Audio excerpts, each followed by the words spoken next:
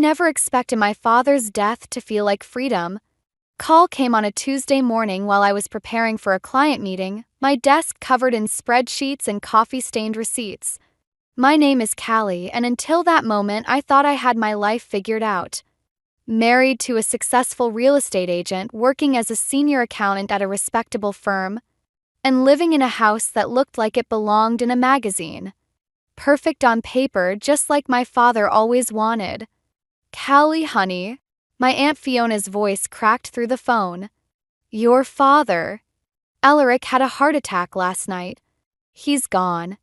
The world didn't stop. My coffee didn't spill. Instead, I felt an odd sensation, like a weight lifting from my chest while simultaneously crushing it. When? I managed to ask, my fingers absently straightening the papers on my desk. They found him this morning. The neighbor noticed the newspaper hadn't been picked up. Fiona paused. He was in his study, Callie. Working until the end, just like he always did. Course he was. The great Alaric Hartman wouldn't dare die anywhere else. I could picture him there, slumped over the antique mahogany desk where he'd spent countless nights reviewing my report cards, circling every A- in red ink. I'll need to tell Malcolm, I said, more to myself than Fiona. My husband would want to know immediately. He always insisted on being the first to know everything. Honey, there's something else. Fiona's tone shifted. Your father's lawyer called. There's going to be a reading of the will. He was very specific about who should attend. I almost laughed.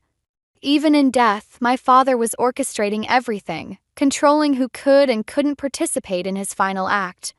When do I need to be there? Friday.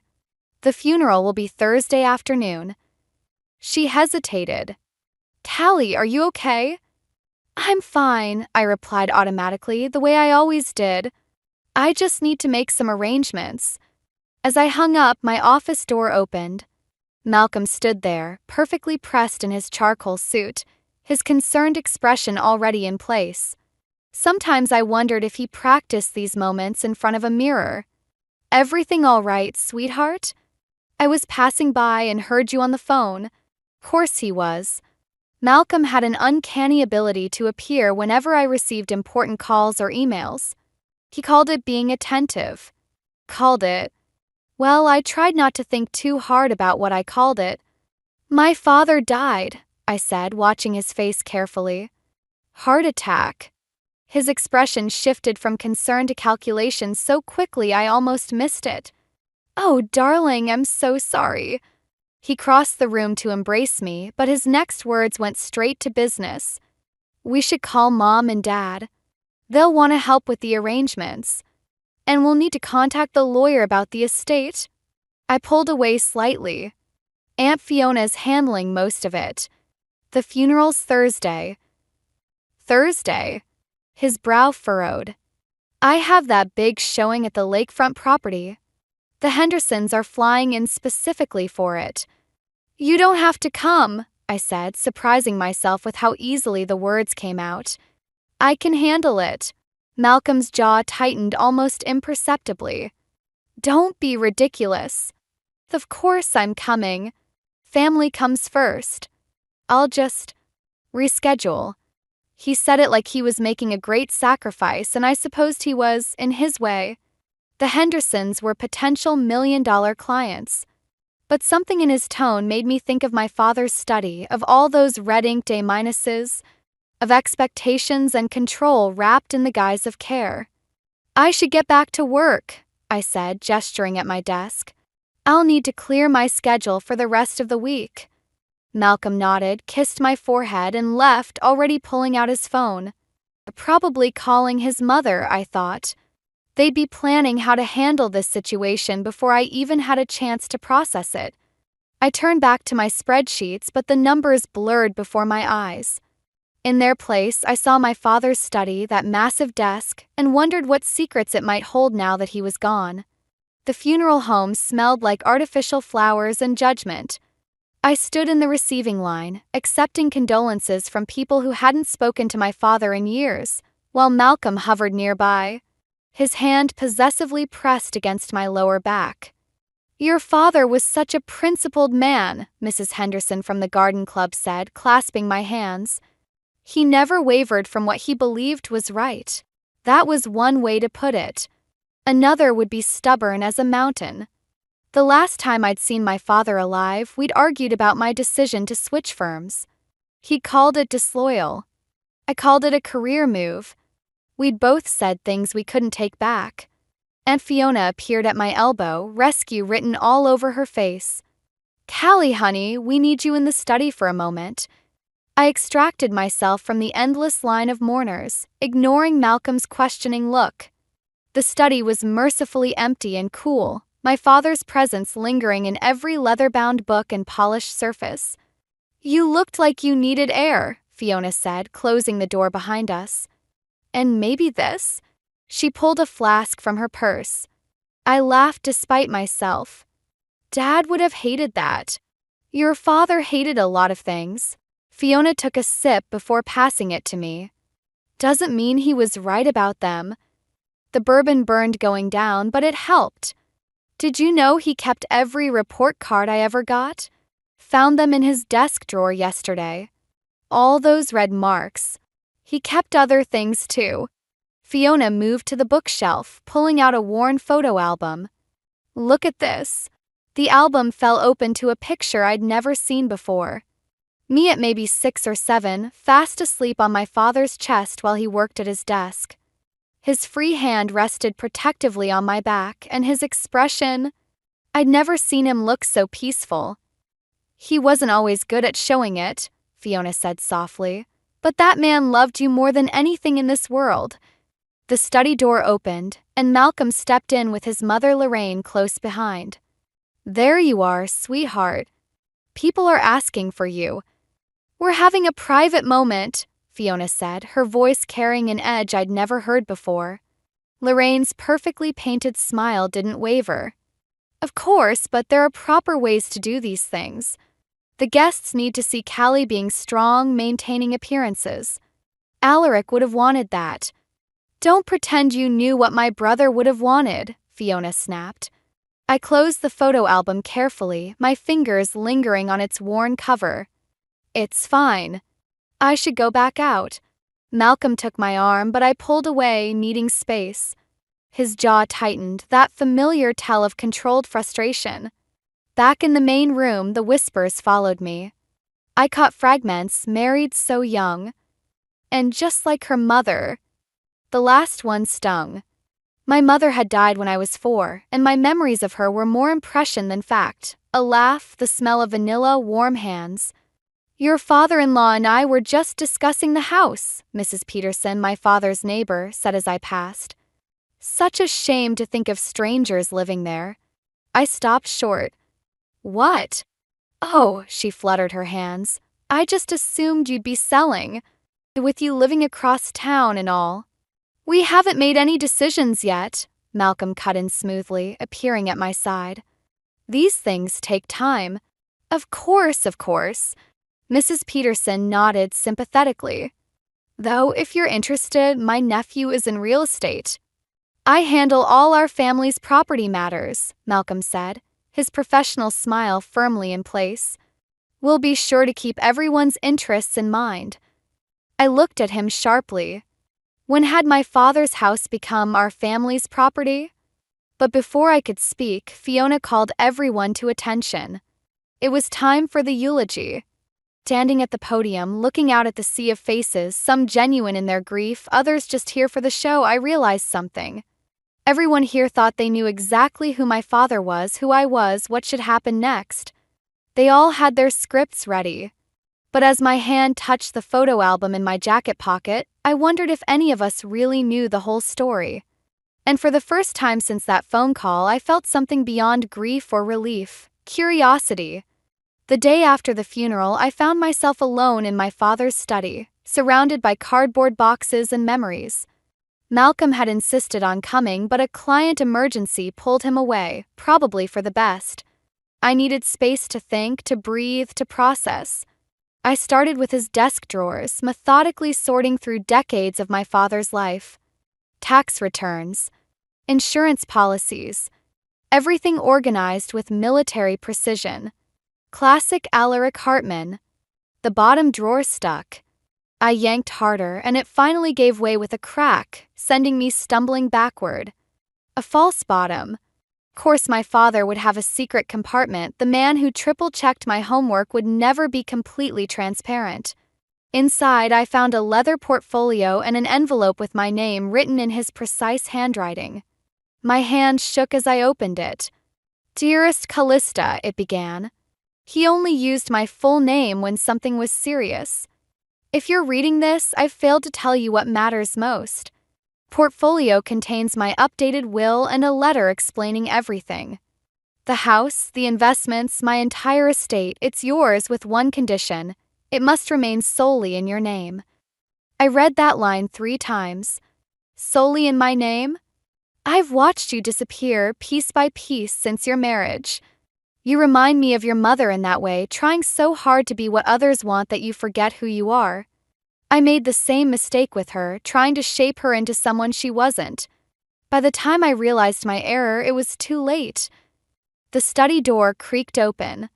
I quickly folded the letter as Malcolm walked in, his emergency apparently resolved. "Any progress?" he asked, surveying the boxes. "Mother suggested we could have her interior decorator come by next week. Start fresh." "We're not redecorating," I said, my father's words still ringing in my head. "Not yet." Malcolm's smile tightened. "Sweetheart, you can't keep it as a shrine. We need to think practically." I stood up, the portfolio clutched to my chest.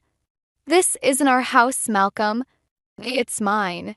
"Of course it is," he soothed, reaching for the portfolio. "I just meant." I stepped back. "Don't." Something flickered in his eyes, that same look he got when I declined his family's holiday invitations or suggested separate bank accounts. "What's that you're holding?" "Dad's will. He left everything to me." "Well, that's wonderful news." His smile returned, calculated and warm. "We can finally start that investment project I've been talking about. The lakefront development." "No." The word came out stronger than I expected. "The inheritance is in my name only." That was his condition. Malcolm's facade cracked. "That's ridiculous. We're married. What's yours is mine." "Is it?" I thought about the photo album, about my father's letter, about all the times Malcolm had made decisions for us without asking. Like how my career is yours to manage. My time? My life? "You're being dramatic." He reached for me again. "You're grieving. Let me handle things." "Like you handled my promotion opportunity?" The words burst out before I could stop them. "I found the email you deleted. The one offering me the senior position at Crawford and Mills." Malcolm's face hardened. "That firm's across the country. You weren't seriously considering it. That wasn't your choice to make. Everything I do is for us, for our future." His voice rose slightly. "Your father never understood that.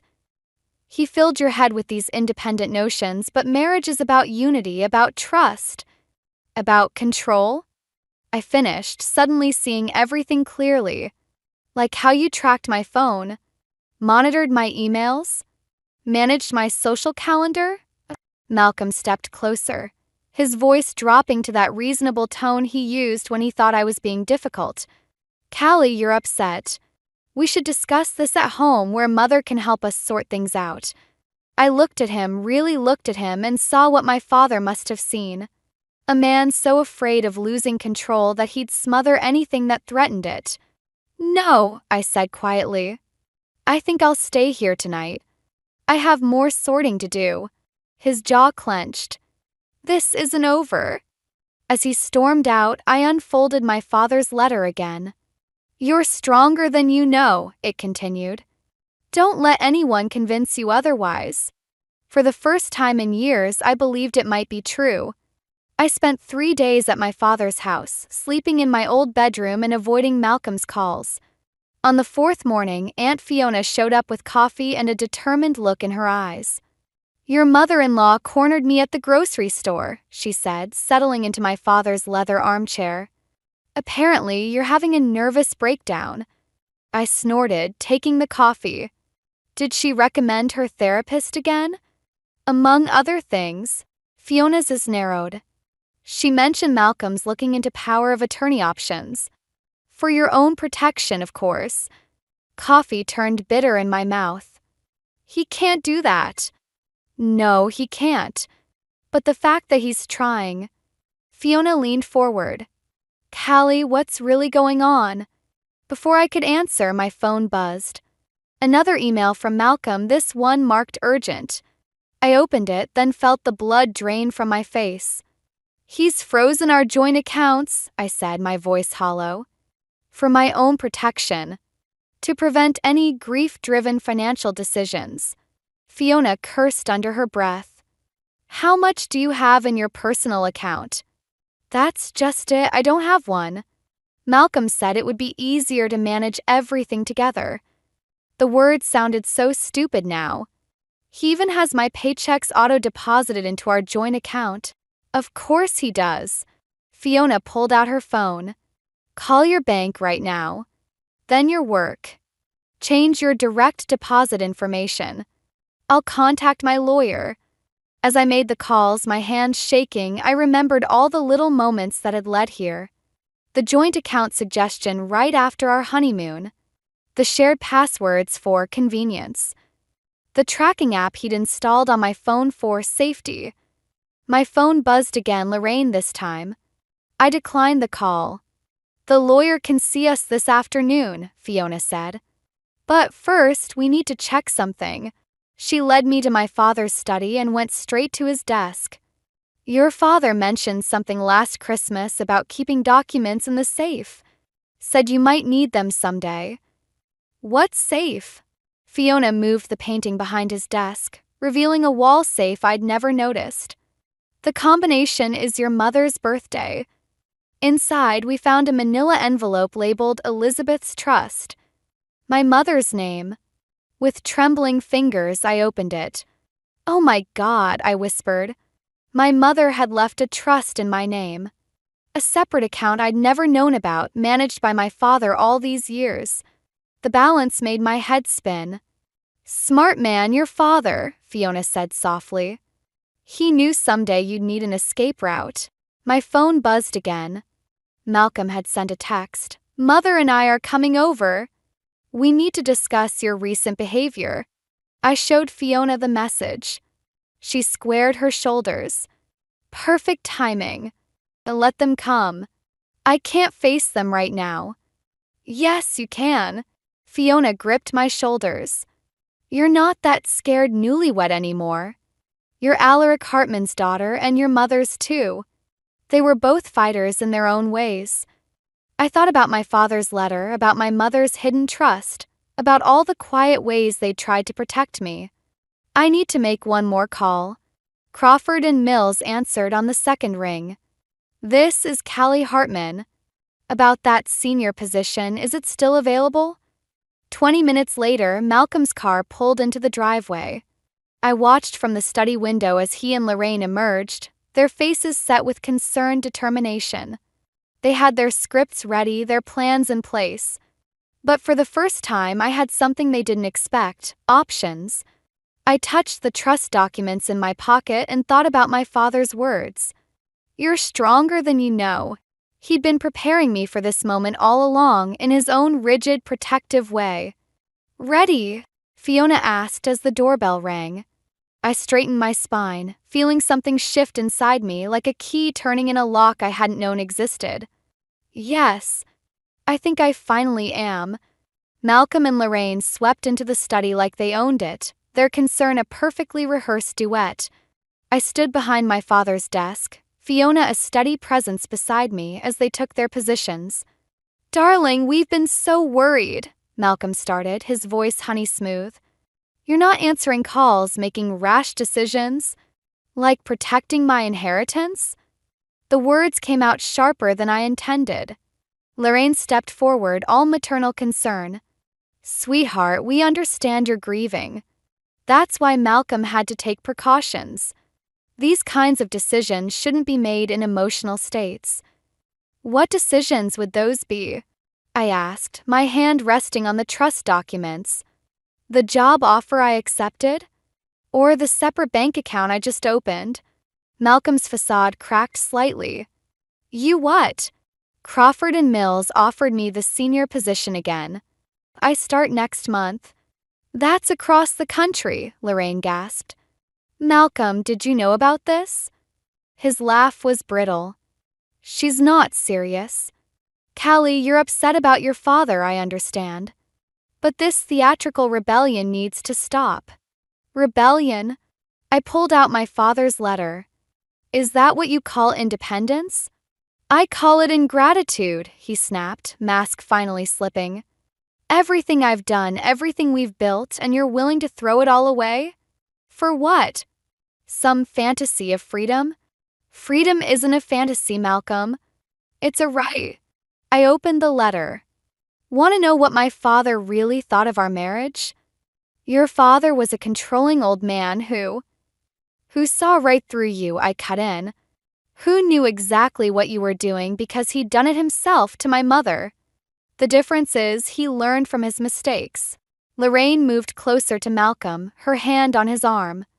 We should call Dr. Stevens. She's clearly having some kind of breakdown. Already tried that angle, Fiona said coldly. The lawyer shut it down this afternoon, along with that power of attorney request. Malcolm's face darkened. You went to a lawyer? Actually, the lawyer came to me. Apparently, my father arranged it before he died. I met his gaze steadily. He arranged a lot of things, Malcolm, including my mother's trust fund. Color drained from his face. What trust fund? The one you'll never touch. I pulled out the papers. The one that's going to fund my fresh start without you. He lunged forward suddenly, reaching for the documents. I jerked back, but Fiona was faster, stepping between us. The look in Malcolm's eyes in that moment told me everything I needed to know about who he really was. That's my cue, Fiona said, pulling out her phone. Should I call the police now, or would you like to leave quietly? This isn't over, Malcolm snarled, but Lorraine grabbed his arm. Not here, darling.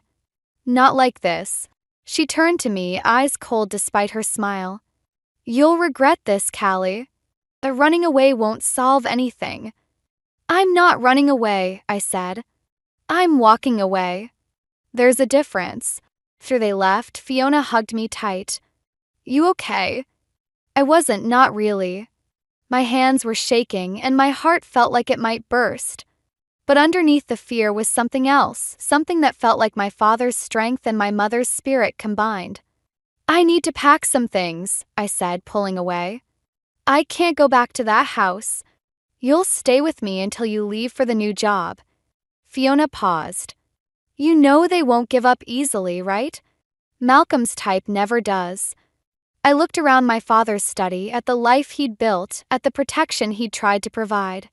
Then I thought about my mother's trust fund, her own secret rebellion, her gift to me across time. Let them try, I said, picking up the photo album from the desk. I'm done being managed. My phone buzzed, Malcolm again. This time, instead of ignoring it, I blocked his number. Then his email. Then his parents. Each tap felt like breaking another link in a chain I hadn't even realized I was wearing. Dad would be proud, Fiona said softly. I touched the letter in my pocket. I think he finally is. A week after moving in with Fiona, I came home from the lawyer's office to find our front door ajar. Inside, drawers hung open, papers scattered across the floor, and my father's photo album lay torn apart, its pages strewn like fallen leaves. Fiona? My voice echoed through the empty house. No answer. My phone buzzed, an email from an anonymous account. Inside was a photo of my mother's trust fund documents, followed by a simple message. We should talk. Alone. Park. 7 p.m. I knew Malcolm's writing style. Even without a signature, I could feel his fingerprints all over this.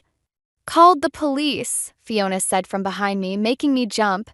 She looked shaken but angry. "They're on their way. Nothing seems missing except the trust fund papers," I finished. "I know where they are." My phone buzzed again. Another email. "TikTok. Coming." Fiona read over my shoulder. "You're not going." "I have to." I picked up a torn photo of my father from the floor. These were copies anyway. The originals are safe with the lawyer. "That's not the point." Fiona grabbed my arm. "He broke in, Callie. This isn't about money anymore, it's about control." "It was always about control."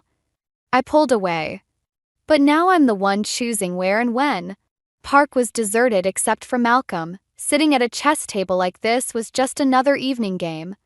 He'd suggested we play chess on our first date, claiming it would help him understand how I thought. I should have recognized the red flag. "You're alone," he said as I approached. "Good. Where are the papers?" He smiled, pulling them from his jacket. "Sit. Let's talk like reasonable people." Breaking and entering seems pretty unreasonable to me. "You left me no choice." His voice hardened. "You're destroying everything we built." "For what?" "Some misguided notion of independence." "No," I said, remaining standing. "I'm building something new. Without you." "You really think you can manage on your own?" He laughed. "You couldn't even handle your own banking without me." "Because you never let me try." I met his gaze. "But my father did something you never did. He trusted me to make my own choices." "Your father?" Malcolm stood suddenly. "The man who controlled every aspect of your life?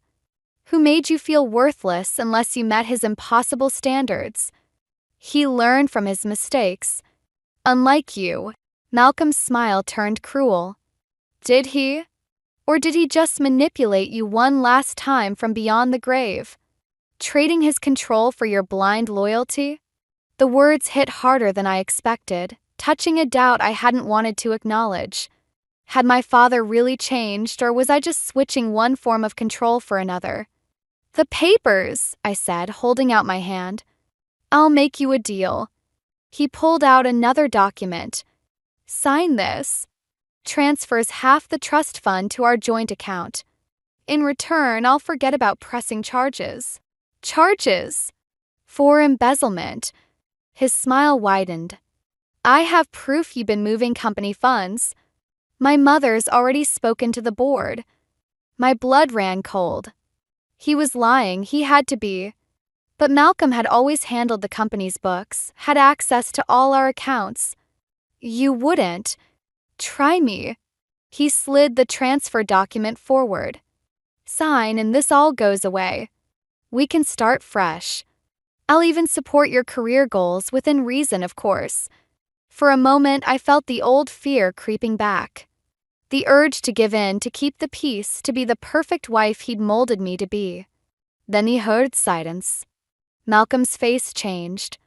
"What did you do?" "Nothing," I said, feeling stronger with each word. "Fiona called them. When you broke into her house. The house where there are security cameras." He grabbed for the papers, but I was already backing away. "You're bluffing." "Am I?" I pulled out my phone, showing him the live feed from Fiona's security system. "I learn from the best, Malcolm. Just not from you." As the police cars pulled up, I saw something I'd never seen before in Malcolm's eyes: fear. And for the first time since my father died, I felt truly free. The police interview room felt colder than it should in August. Malcolm sat across from me, his lawyer beside him, looking more disheveled than I'd ever seen him. 3 hours of questioning had cracked his perfect facade. "Mrs. Everett," the detective said, "we need your statement about the financial records." Before I could speak, Malcolm's lawyer intervened. "My client is willing to drop all allegations of embezzlement in exchange for—" "No deals," I cut in, pulling out a USB drive. These are the real company records. The ones Malcolm didn't know I kept. Malcolm's head snapped up. What? I learned from my father to always keep backup records.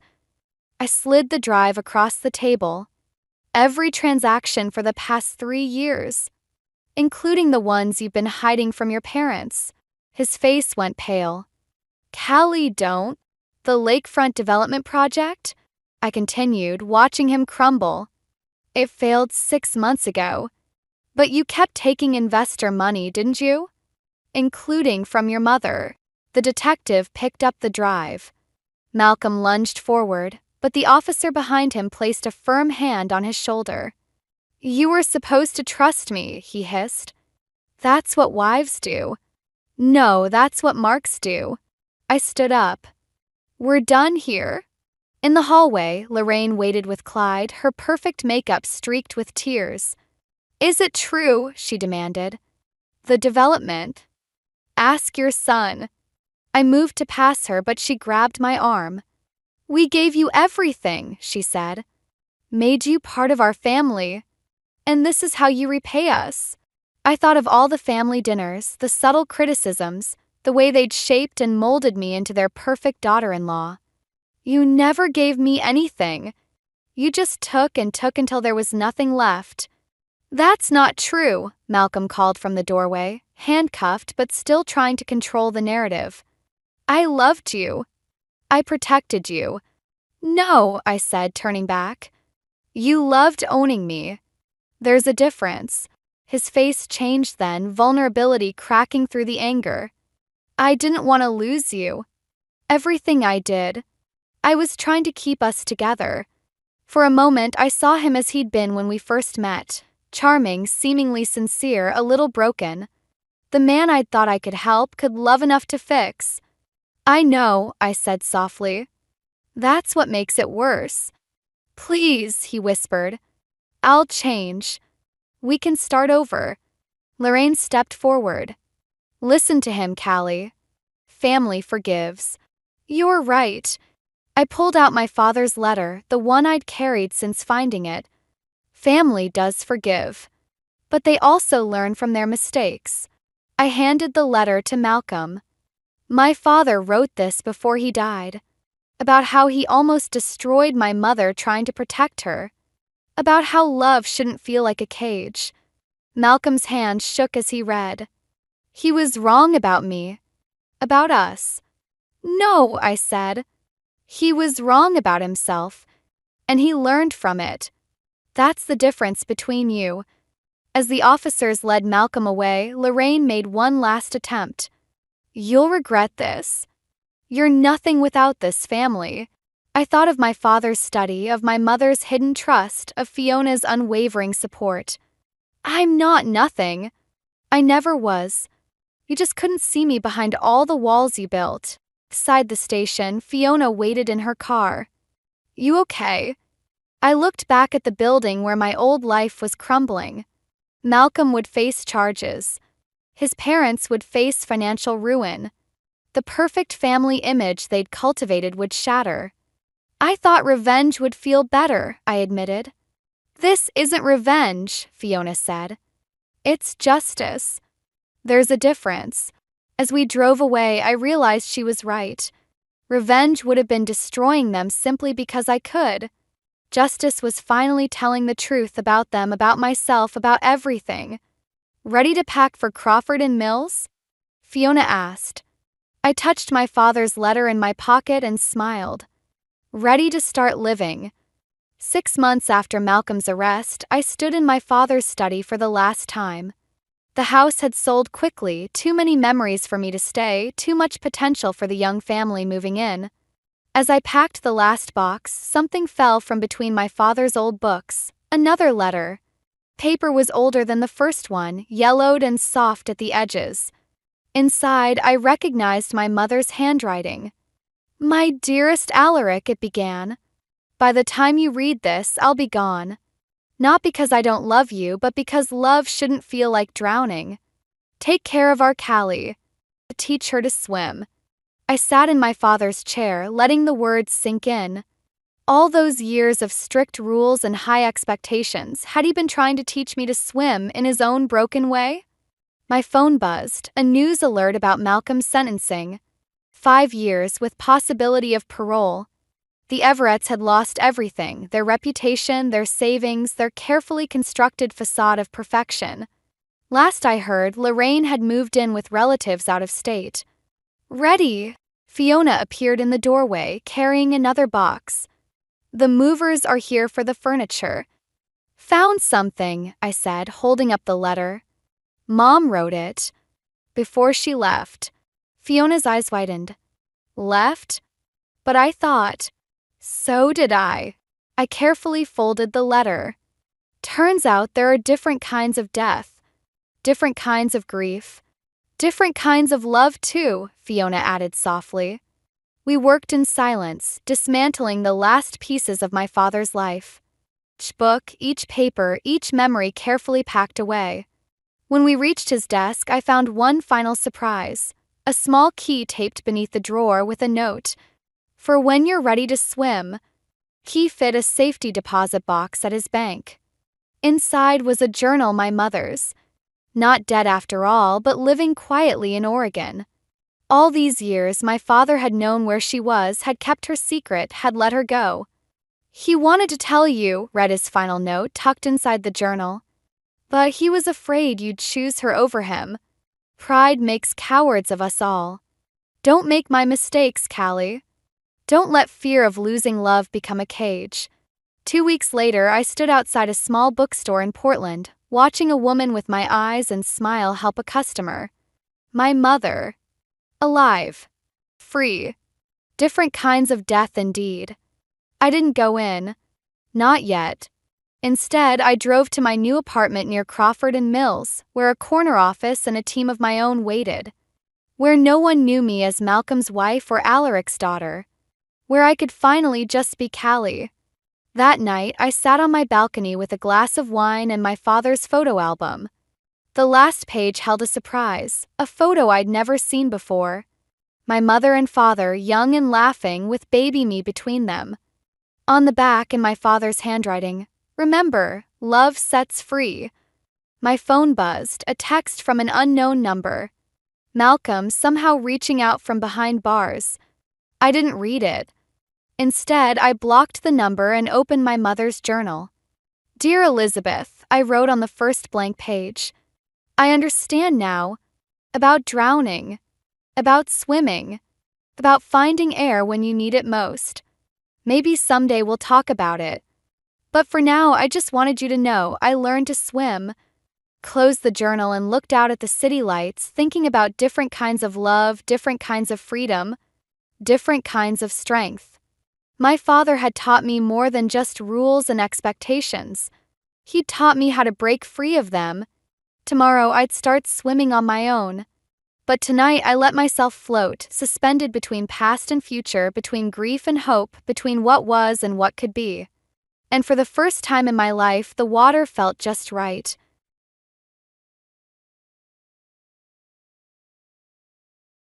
One tiny gesture may sometimes make all the difference, and that's just what occurred to me, Kelly, 3 weeks before my engagement celebration. I was ecstatic to marry Michael, my 5-year partner, at the age of 30. This was the party we had been planning for months, and everything was going according to plan. But then my mother called out of the blue. She yelled into the phone, "Kelly, cancel the engagement party."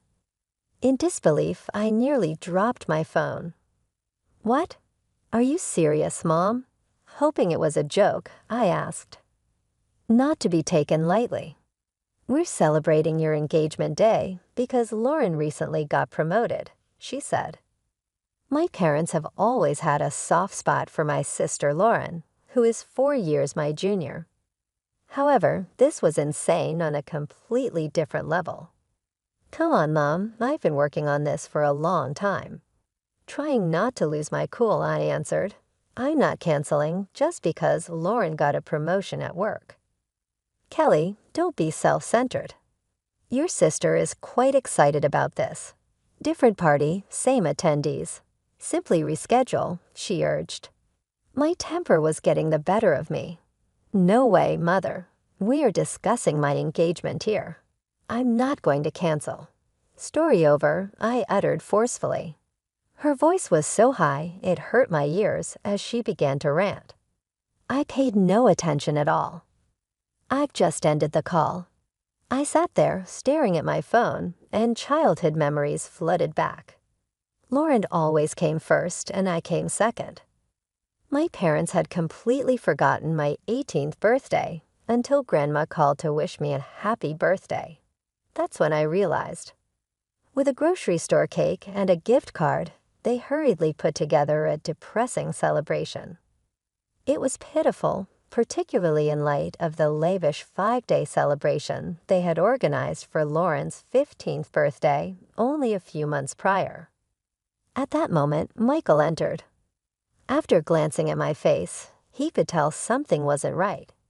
Seated next to me, he said, "Kelly, what's going on?" I told Michael everything that had happened, including my mother's call, her demands, and all the memories that suddenly rushed back. He paid attention, and with each word I could see his frustration growing. He said, "That's ridiculous," once I was done. "We're not canceling anything." I nodded, appreciating his support so much. "I know, but why can't they ever put me first just once?" I questioned as my irritation increased. "Because they don't know," Michael asserted forcefully. "But I put you first always." I forced a little grin as I looked up at him. "I am aware. That's the foolish reason I'm marrying you." We went over our plans and made sure everything was flawless for the remainder of the night. I made an effort to block out thoughts of my family as I went to sleep. I wasn't going to let them mar my moment. This was my time. I was resolved to ignore my mom's bizarre call and concentrate on the party when I woke up the following morning. I had a ton of tasks to complete, like organizing decorations and sending out invitations. My phone buzzed then. Julie, my cousin, was there. "Hi, Kelly. How are things going between you and Michael?" "Heard you two break up," she wrote in a text. Bewildered, I gazed at my phone. How did she obtain that notion? I typed back fast, "What?" "Not at all. We're all right."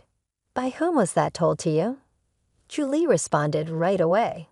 "Strange. Your mom told her the engagement was off," stated Aunt Olivia. My stomach fell as hard as a stone. I immediately gave Julie a call. "What's going on?" As soon as she picked up, I asked. "I'm not sure, Kelly. When Aunt Olivia called last night, she said your mom informed her that Michael and you had a major argument and that you had to cancel everything. Instead, she suggested that we all attend Lauren's promotion celebration." I had the impression of being punched in the gut. "That's all lies, Julie.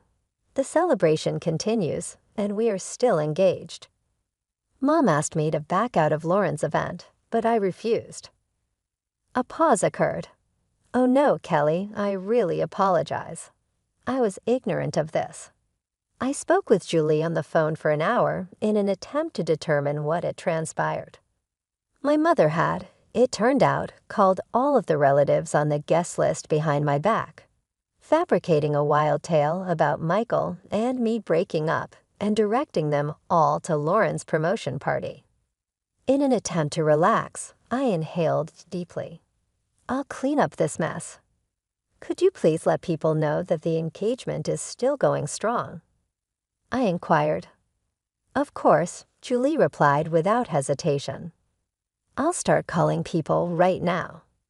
After hanging up, I just sat on my couch, trying to wrap my head around it all. My own mother had tried to sabotage my engagement party. It was almost too crazy to believe. Michael found me there an hour later when he got home from work. One look at my face, and he knew something was wrong. I told Michael everything about Mom's calls, the lies, and how she redirected everyone to Lauren's party. With each word, I could see the anger growing in his eyes. "That's it," he said when I finished.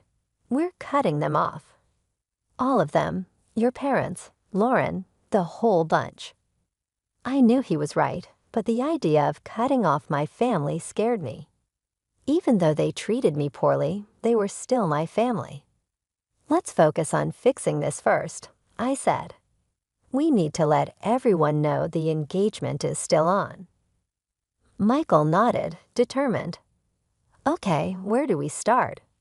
We spent the rest of the night doing damage control, sending emails, making calls, and posting on social media. I wrote a long message explaining everything and sent it to everyone on our guest list. It was exhausting and humiliating, having to explain over and over that no, Michael and I hadn't broken up, and yes, the engagement party was still happening.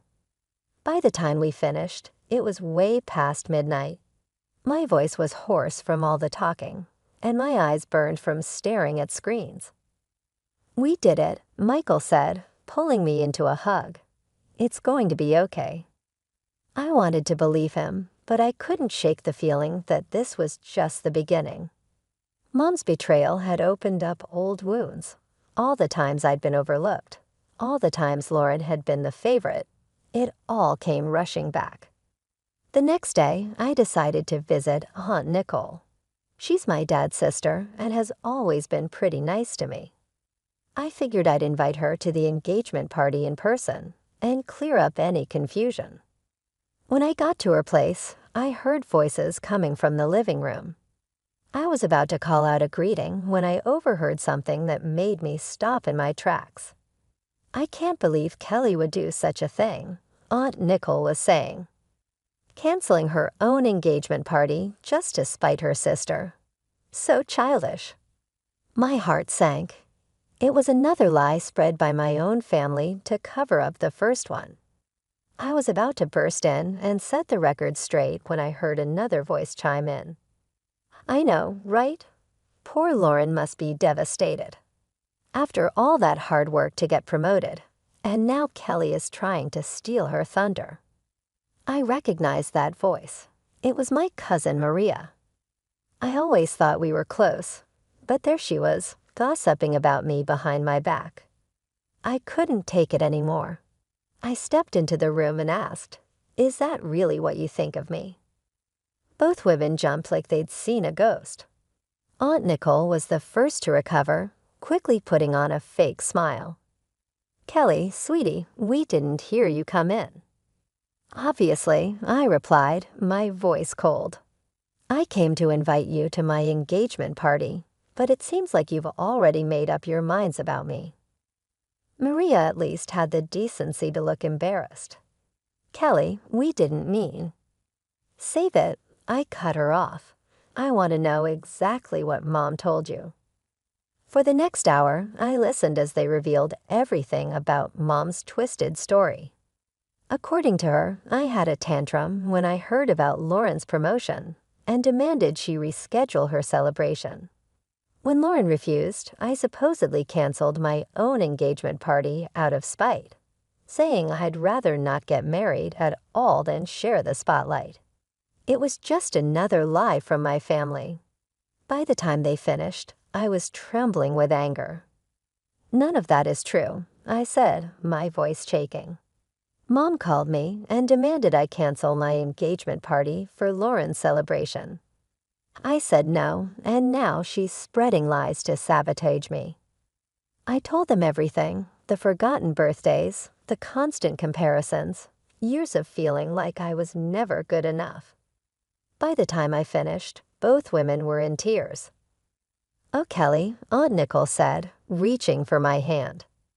"We had no idea. We should have known better than to believe such crazy stories." I took a deep breath, trying to calm down. "Look, I appreciate the apology, but right now I need your help. The engagement party is still on, and I need you to spread the word. Can you do that?" They both nodded eagerly, relieved to have a chance to make things right. As I left Aunt Nicole's house, I felt all mixed up. Angry at Mom's betrayal, hurt that my family so easily believed the worst about me, but also a bit hopeful. At least some of the truth was out. The big day arrived, and I was a bundle of nerves. As Michael and I walked up to the hall, I held my breath as we pushed open the doors, bracing myself for whatever mess we might find inside. But holy cow, I couldn't believe my eyes. The place was buzzing with people. Smiling faces turned to greet us, and a warm, fuzzy feeling washed over me. The room was packed with relatives, not just the ones we had managed to reach the day before, but faces I hadn't seen in ages. "I can't believe you all came," I said, my voice choked up. Uncle Paul, my dad's brother, came up and gave Michael a hearty slap on the back. "Of course we came. Did you really think we'd miss this? I've got to say, those rumors about your canceled engagement spread like wildfire, but it looks like they backfired big time." Someone said. I laughed, feeling lighter than I had in weeks. I guess they did. As Michael and I made our way through the crowd, soaking up all the congratulations and well wishes, I couldn't help but notice that Mom, Dad, and Lauren were nowhere to be seen. No texts, no emails, not even a reluctant congratulations. But surprisingly, their absence felt more like a relief than a disappointment. Instead, I found myself drawn to Michael's parents, who were beaming at us with genuine pride and love. His mom hugged me tight and whispered, "We're so proud of you, Kelly. You're already part of our family." The party was in full swing when suddenly there was a commotion near the dance floor. I couldn't believe my eyes. There was my 83-year-old grandma in the middle, showing off what she called an incendiary dance from her youth. "Come on, you young ones," she called out, her eyes twinkling mischievously. "Let me show you how we used to dance back in my day." The crowd went wild as Grandma twirled and swayed, moving surprisingly well for her age. Soon others joined in, and the dance floor turned into an amazing multi-generational dance-off. As I mingled with the guests, I couldn't help but overhear bits of gossip about all the family drama leading up to today. Can you believe what Kelly's mother tried to do? I heard Cousin Maria say this to another relative. She tried to cancel her own daughter's engagement party for her other daughter's work. It's nuts. "I know," the other voice replied. "Poor Kelly has always gotten the short end of the stick in that family. I'm glad she's finally standing up for herself." Instead of feeling embarrassed or upset by these conversations, I felt validated. For once, my relatives were seeing the truth about my family dynamics, and they were on my side. As the night went on, I found myself feeling truly happy and celebrated, maybe for the first time ever. The absence of my immediate family, which I had been so worried about, instead felt like a huge weight had been lifted off my shoulders. The day after our amazing engagement party, Michael and I were relaxing on the couch, reliving the awesome moments from the night before when my phone rang. My stomach flipped when I saw it was Mom calling. Against my better judgment, I answered the call. "Hello." "You ungrateful, nasty girl." Mom's voice screeched through the phone. "How dare you?" I held the phone away from my ear, her angry rant loud even from a distance. Michael looked at me, concerned, but I shook my head, signaling that I'd handle it. "Mom, what?" "Don't you mom me," she cut me off. "You've humiliated your sister."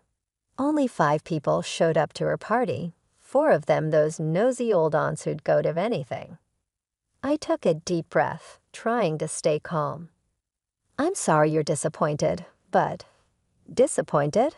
Lauren is crushed. She cried all night.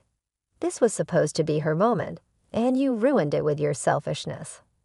I felt my patience slipping. "Mom, I've been planning my engagement party for months. Lauren's promotion party was a last-minute thing, and she knew it clashed with my engagement. That's no excuse. Family comes first, Kelly, but clearly you don't understand that."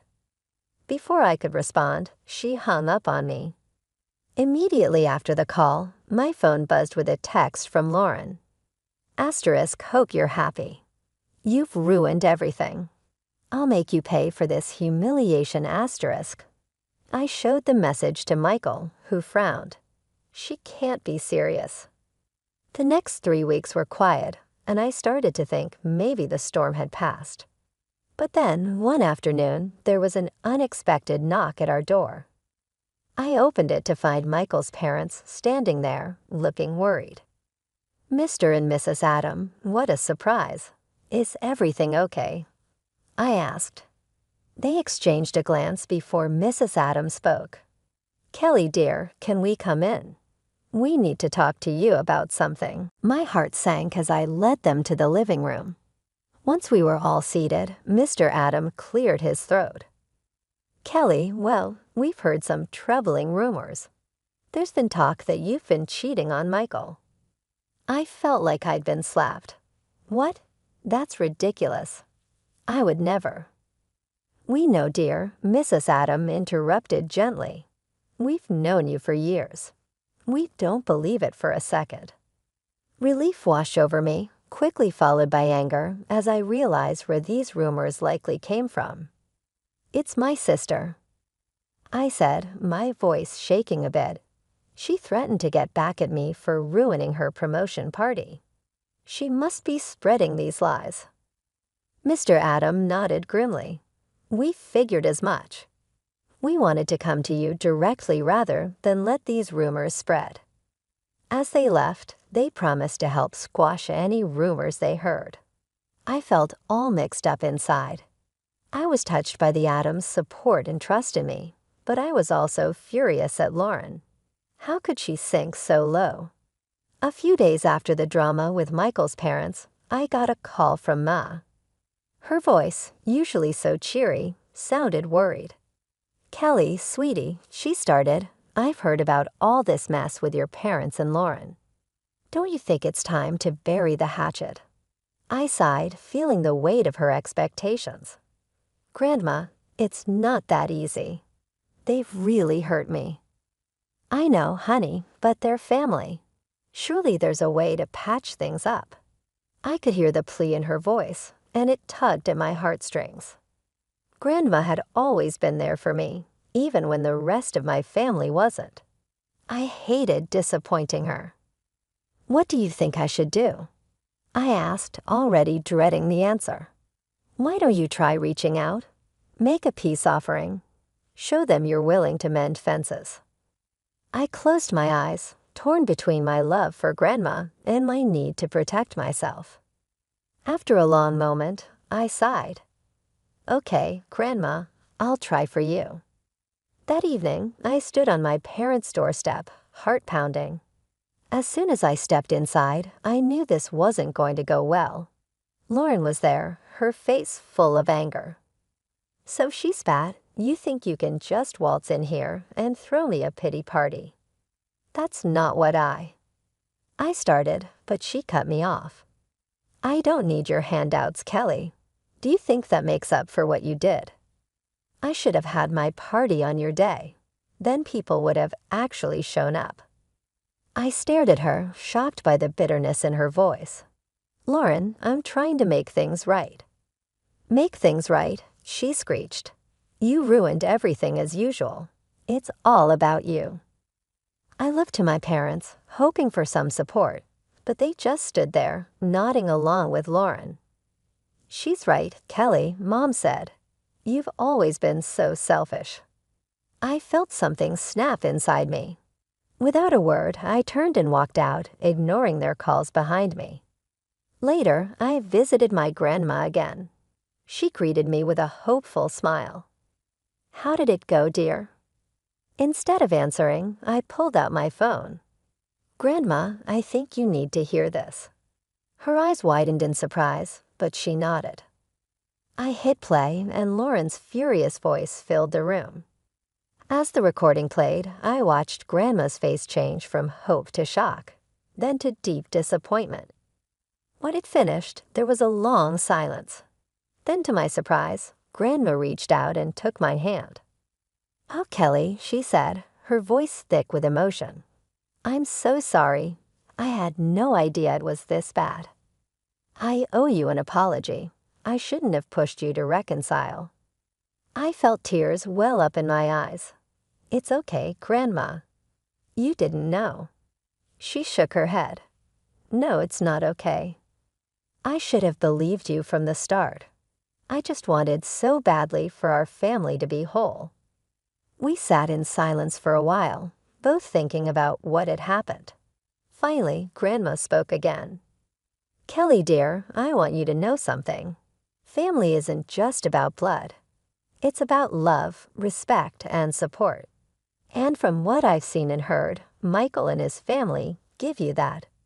Don't let anyone make you feel guilty for choosing your own happiness." The morning after my heart-to-heart with Grandma, I woke up to my phone buzzing like crazy. It was a flood of angry texts from my parents. My heart sank as I read them, realizing Grandma must have told them about the recording. "How dare you record our private conversations?"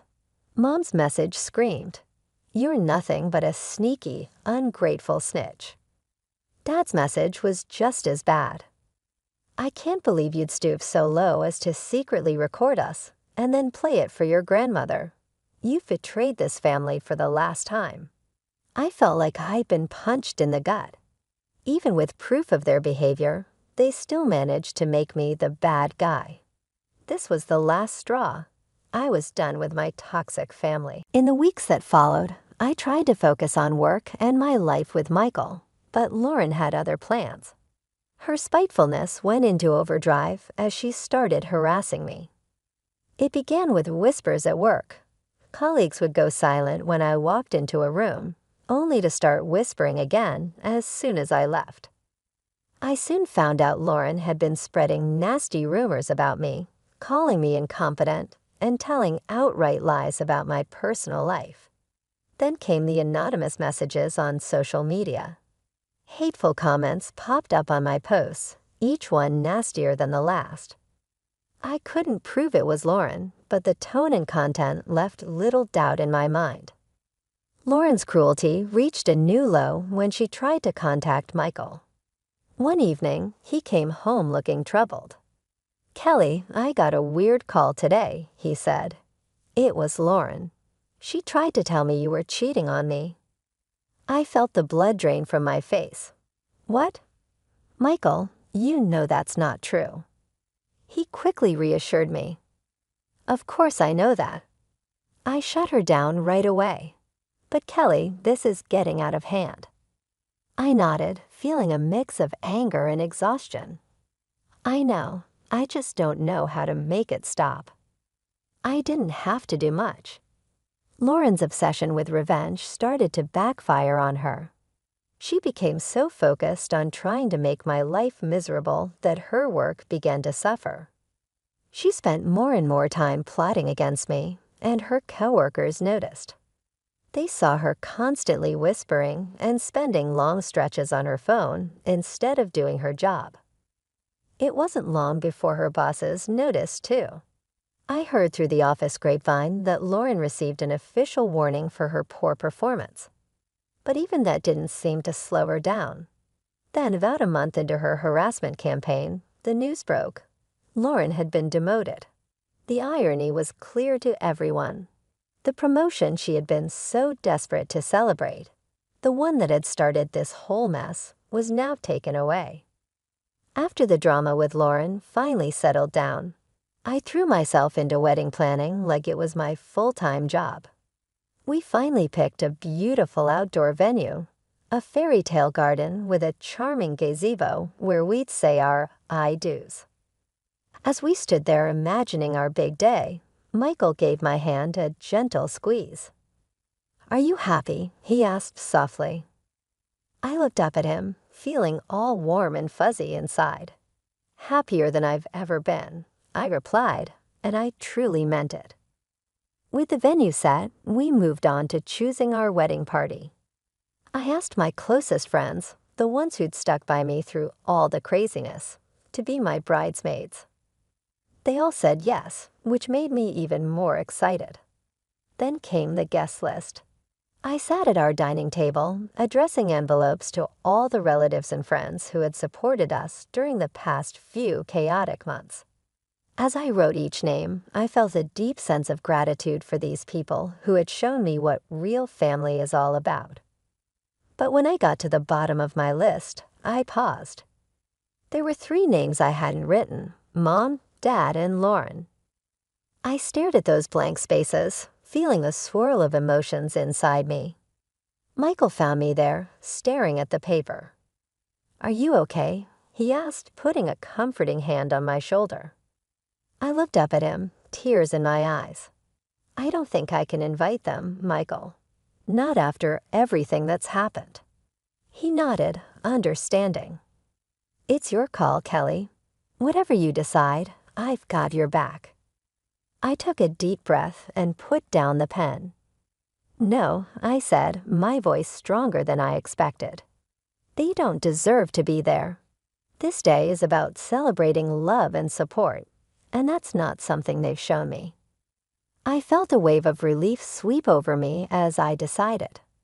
The purpose of this wedding was to begin a new chapter in the company of people who genuinely loved us. With Michael at my side, I knew I was making the correct decision.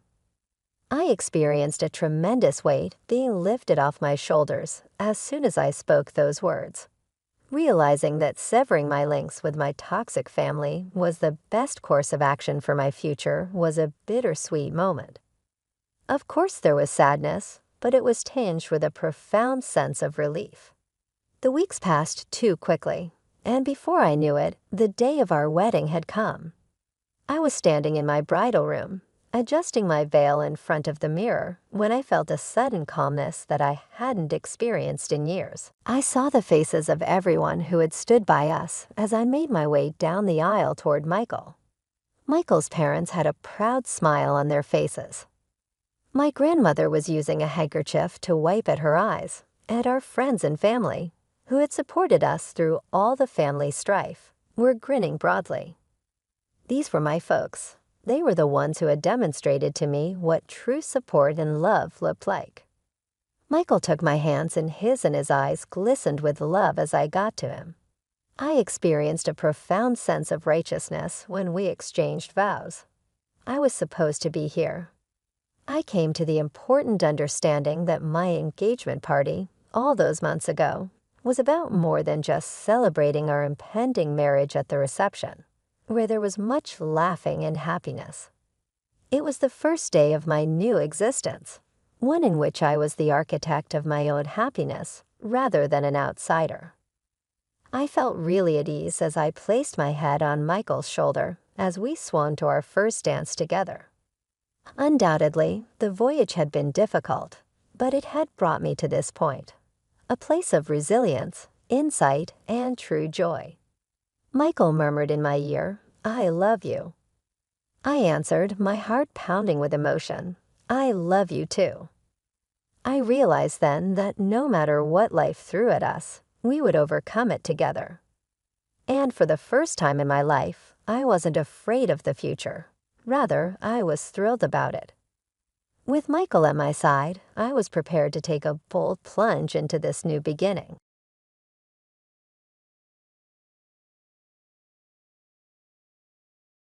My parents didn't really want me, and I never begged to be born. According to my mother, she was naive and impressionable, enamored with a man who was unfaithful. She soon discovered that she was expecting a child. Rachel, that baby was me, the blunder. My mother tried to get rid of me, but when her grandparents found out, they intervened. Since it was uncommon for parents to raise their children alone back then, my parents were married, and 11 months later, I was born, kicking and screaming. My father has never forgotten how I destroyed his life. He would always say, "There goes my youth," as he looked at me. I wasn't a daughter to him. Rather, I was a burden that prevented him from living the life he believed he was entitled to. It was only the 4 of us living in that little house for 12 years. I stayed undercover, attempting not to irritate Dad, while Mom scrubbed and cooked as if her life depended on it. When Dad would get home from work, his scowl would only deepen upon seeing me. Then came the birth of my younger sister Olivia, the kid that was truly desired and a miracle. I was further relegated to the background after that. Rachel, watch your sister. Rachel, be quiet, Olivia's sleeping. Rachel, why can't you be more like Olivia? Olivia was constantly at the center. I wore second-hand clothes, but she got new clothes. I got reprimanded, and she received praise. I learned to live with disappointment, and she found love. I was handling most household chores by the time I was 10 years old, including dusting shelves, mopping floors, and cleaning toilets. Nobody thanked me, but that was only to be expected. Cooking, on the other hand, was something I enjoyed doing. There was something magical about combining ingredients to create flavors. I still recall my first attempt at making my homemade lasagna for a get-together with family. Aunt Kelly's eyes brightened as she took a bite. "Cheryl, this is very amazing. When did you start to cook so well?" Mom just grinned and accepted the kudos, drinking it all in. Like usual, I stood in the corner invisible. Trying to get my voice heard, I responded, "Actually, I made it."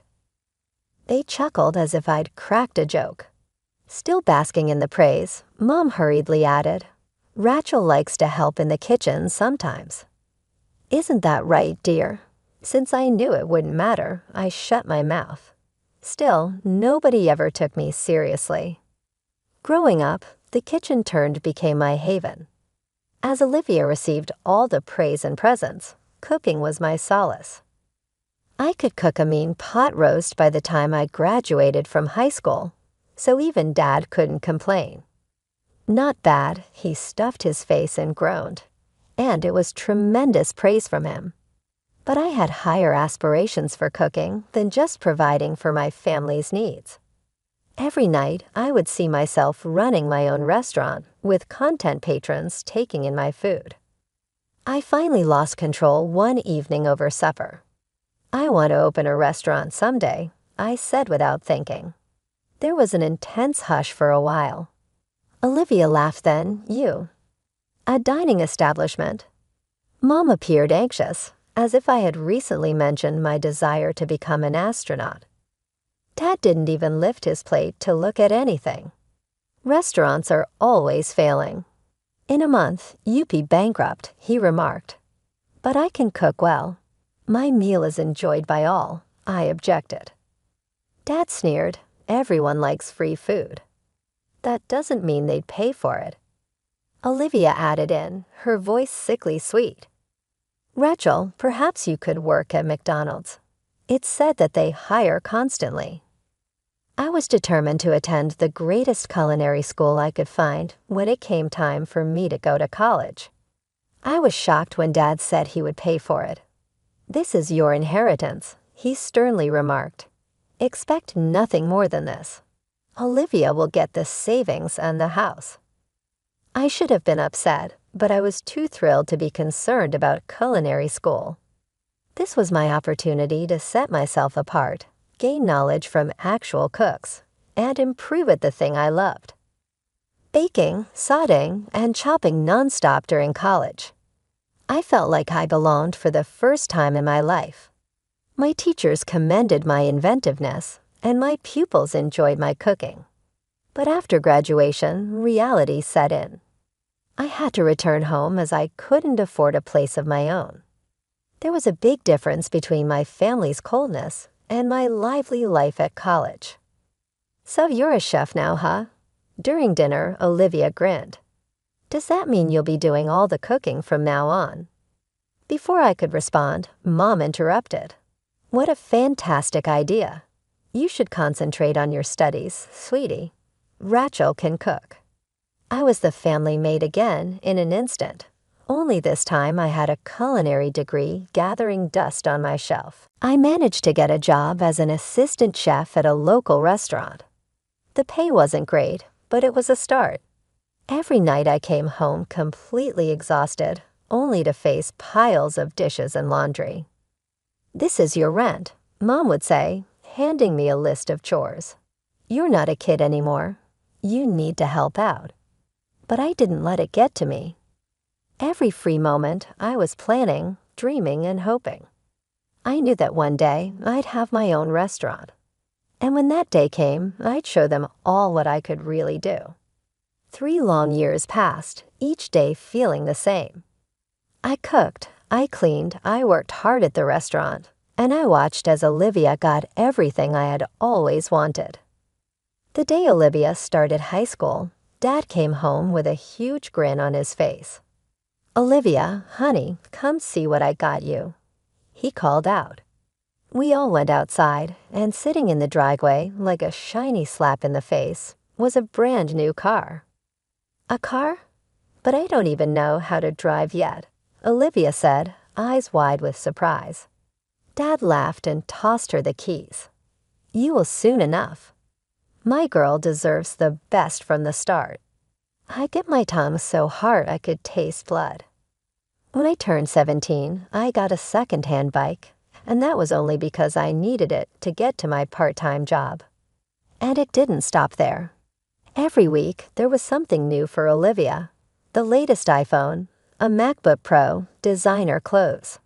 They even renovated her bedroom, turning it into something that looked like a luxury hotel room.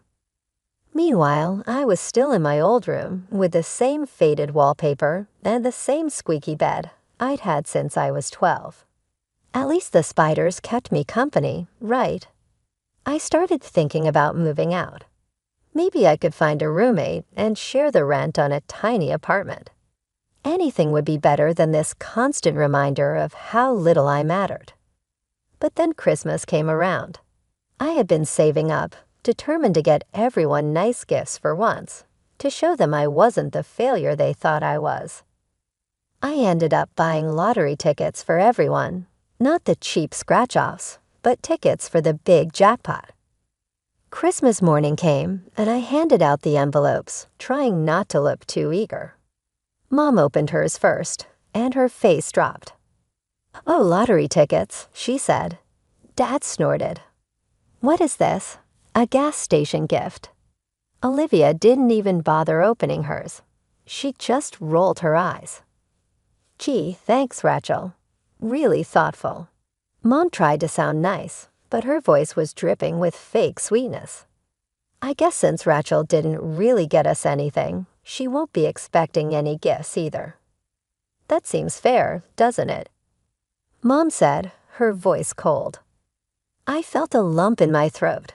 Without saying a word, I snatched the lottery tickets from Dad's hand. "You know what? I'll take them. Merry bloody Christmas." I stormed out, ignoring their shocked faces. Who cared about their family dinner anyway? I texted my coworker, Lauren. "Hey, you still at the restaurant? Mind some company?" An hour later, I was sitting at the bar of the closed restaurant, sipping cheap champagne with Lauren. As the night went on, we swapped stories about horrible families and crushed dreams. It wasn't exactly a warm, cozy Christmas, but at least I didn't feel so alone. A few days later, I was at work, same as usual. During my break, I checked my phone and saw a missed call from an unknown number. "Probably just another scam," I muttered, tossing the phone aside. But then it rang again, same number.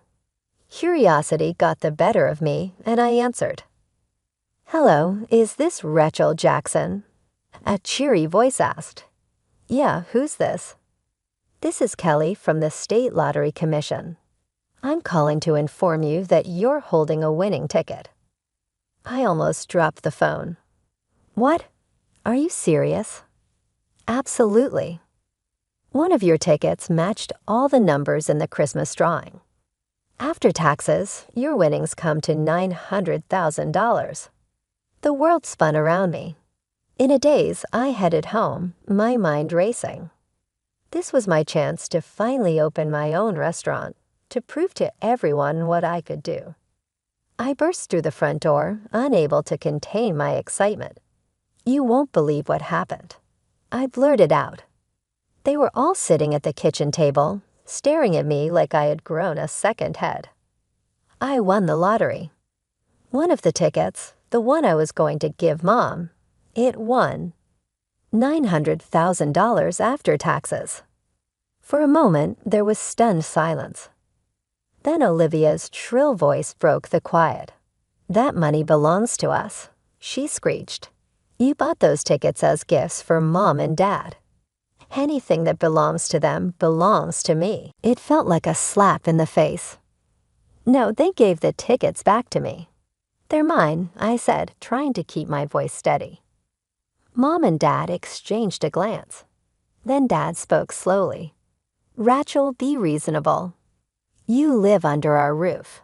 You owe us. Now hand over that ticket, and we'll take care of everything." I stepped back, my hand instinctively going to my pocket where the lottery ticket was. "No," I said, surprising myself with how steady my voice was. "This is my ticket, my win. I'm going to use it to open my own restaurant." Dad's face turned bright red. "Now you listen here, young lady. No, you listen." I shouted, all the frustration from years of being treated like I didn't matter spilling out. I spent my whole life being treated like I'm less than everyone else in this family. Well, not anymore. This is my chance, and I'm taking it. "If that's how you feel," Mom said coldly, "then you can get out of this house now." I looked at them, these people who were supposed to love me no matter what, and in that moment, I saw them clearly for the first time. "Fine." I whispered, "I'm gone." I stormed upstairs, packed a few clothes and essentials into a bag, and walked out. They watched me leave, probably thinking I'd be back in a couple of days begging to return. But they couldn't have been more wrong. My first stop was the lottery office to claim my winnings. Then I headed straight to a real estate agent. "I need an apartment," I told the surprised agent, "something available immediately." By that evening, I was sitting in my very own place. It wasn't much, just a small one-bedroom in a decent neighborhood, but it was mine, all mine.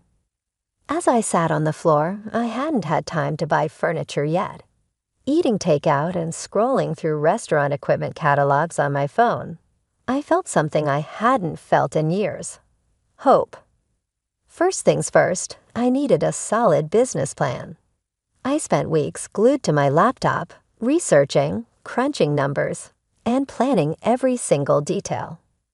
After what seemed like endless revisions, I finally had a plan I was proud of. Next step, finding the perfect location. I searched the city for the right spot, and eventually, I found it. A small rundown place that had been vacant for years. The landlord almost laughed when I told him I wanted to turn it into a restaurant. "Good luck with that, sweetheart," he said with a chuckle, handing me the keys. The next 4 months were a blur of hard work. I hired contractors, chose every fixture, and personally scrubbed every inch of the place. It was tough, back-breaking work, but each blister and bruise felt like a badge of honor. Finally, opening day arrived. I stood in the kitchen, my kitchen, surrounded by the staff I had personally hired and trained. When the first order came in, a rush of excitement surged through me. "Let's do this," I said, tying on my apron. The first few months were a blur. I worked 20-hour days cooking, managing, and doing whatever needed to be done. Slowly but surely, word started to spread. People loved my food, not just for the taste, but for the care and creativity I put into every dish. I introduced a loyalty program for regular customers, offering them special discounts and first dibs on new menu items. It was a hit, and soon I had a core group of regulars who came in so often they felt like family. But I didn't stop there. I started a delivery service, partnering with local couriers to bring my food straight to people's homes. It was a risk at first. Keeping the quality high was tricky, but it paid off. Social media also became my best tool. I posted daily specials, behind-the-scenes videos from the kitchen, and talked with customers online. My follower count grew, and so did my customer base. 3 years in, I was finally turning a profit. It wasn't a huge amount, but it was something. I even started looking for a second location. Opening the second restaurant was easier in some ways. I knew what I was doing this time, but harder in others. I couldn't be in 3 places at once, so I had to learn how to trust my staff and delegate responsibilities. We made it work though, and 4 years after that, I opened my third location. Before I knew it, I was the proud owner of a successful restaurant chain. Me, Rachel Jackson, the girl who was never supposed to amount to anything. I won't lie, it wasn't easy. There were nights I cried myself to sleep wondering if I'd taken on too much, days when I wanted to quit and give up. But every time I walked into one of my restaurants, saw happy customers, and smelled the amazing food, I knew it was all worth it. One Saturday, I was in my office going over the finances for my newest restaurant when my phone rang. I glanced at the screen and froze. It was a number I hadn't seen in years, home. For a moment, I thought about letting it go to voicemail, but curiosity got the best of me. I answered cautiously, "Hello." "Rachel, it's Mom." Her voice was hesitant. "Look, I know we haven't been on the best terms, but we need your help. It's about Olivia." Of course, it was about Olivia. It always was. "What about her?" I asked, trying to keep my voice steady. Dad's voice came on the line. "She's in trouble, Rachel. She lost her job. They're accusing her of theft, and now no one will hire her. We were hoping you might have a position for her at one of your restaurants." I almost laughed. After everything they put me through, now they had the nerve to ask for a favor. But then I thought about Olivia. Despite everything, she was still my sister. "Let me talk to her," I said, and Olivia came on the line. Her voice was small and scared. "Rachel, I'm sorry for everything. I really need help." I closed my eyes and took a deep breath. "Okay," I said finally, "I'll give you a job, but listen, there's no special treatment. If you mess up, you're out. Got it?" "Yes, thank you, Olivia said, her voice full of relief. The next morning, Olivia showed up right on time. She looked nervous but determined. I started her off with some basic administrative tasks, slowly increasing her responsibilities over time. To my surprise, she took the job seriously.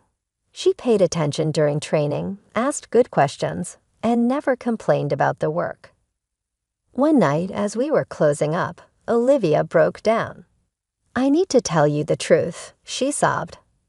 "I didn't steal anything from my last job. My boss, he tried to force himself on me. When I said no, he fired me and spread rumors that I was a thief. I felt a surge of anger. Why didn't you report him? Who would believe me over him?" Olivia wiped her eyes. I was so scared, Rachel. I didn't know what to do. "I believe you," I said, pulling her into a hug. "And I'm going to help you, okay? We'll figure this out together." Over the next few weeks, I focused on teaching Olivia everything I knew about running the restaurant.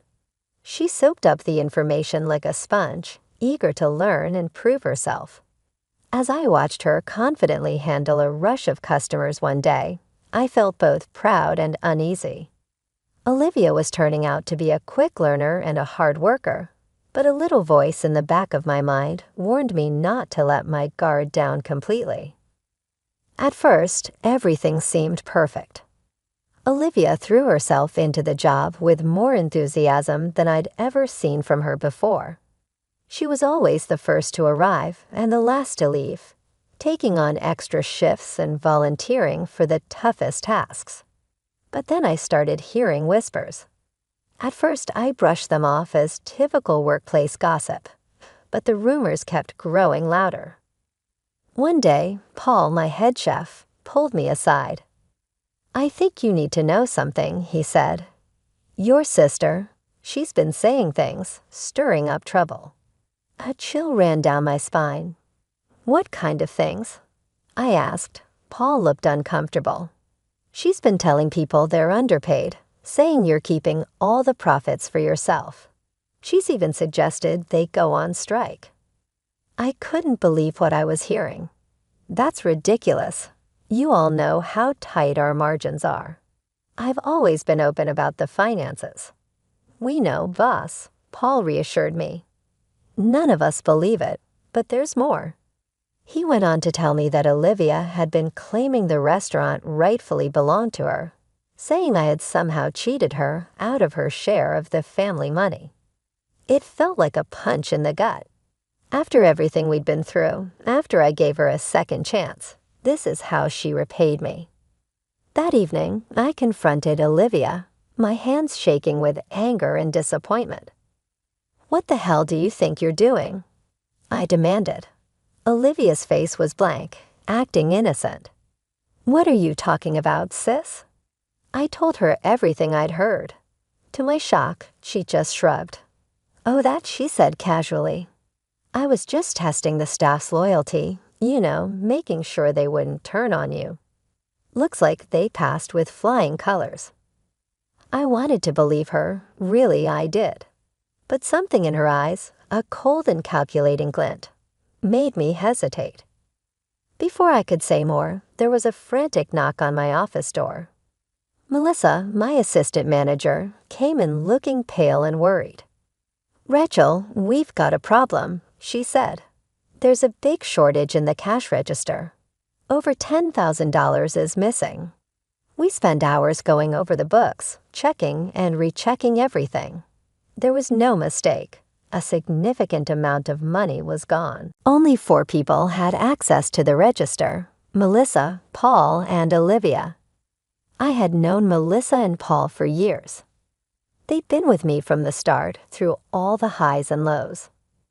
I trusted them completely. As if reading my thoughts, Olivia came up to me and whispered, I've noticed Melissa staying late a lot recently. And she did just buy that fancy new car.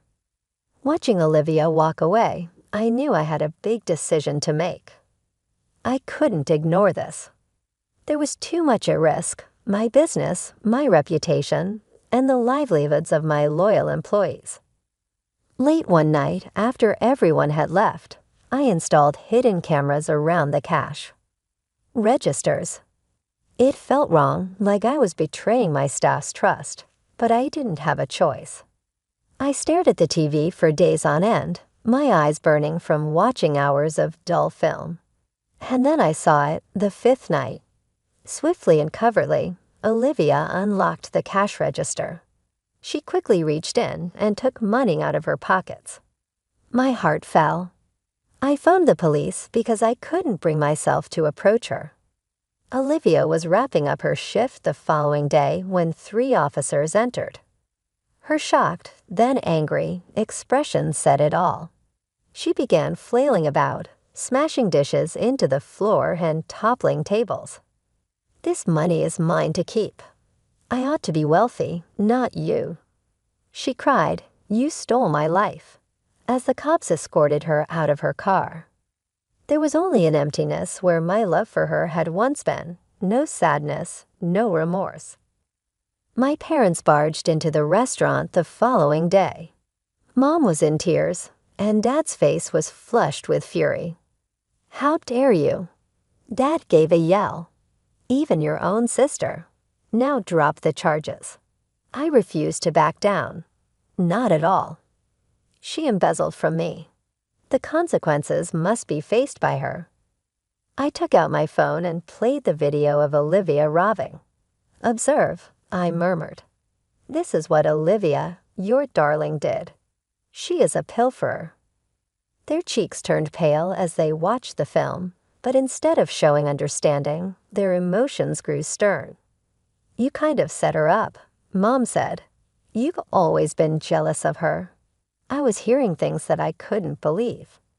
Are you jealous? Are you joking with me? You did not give me anything and then wanted me to repay you. I'm done now, though. Olivia now has to live with the decisions she made. I remained firm despite their tirades and entreaties, which alternated between threats and cries. When I eventually said, "Get out, leave my life and my restaurant immediately. I'm going to call the cops if you don't go right away," Dad spit out before they went. "Rachel, you'll regret this.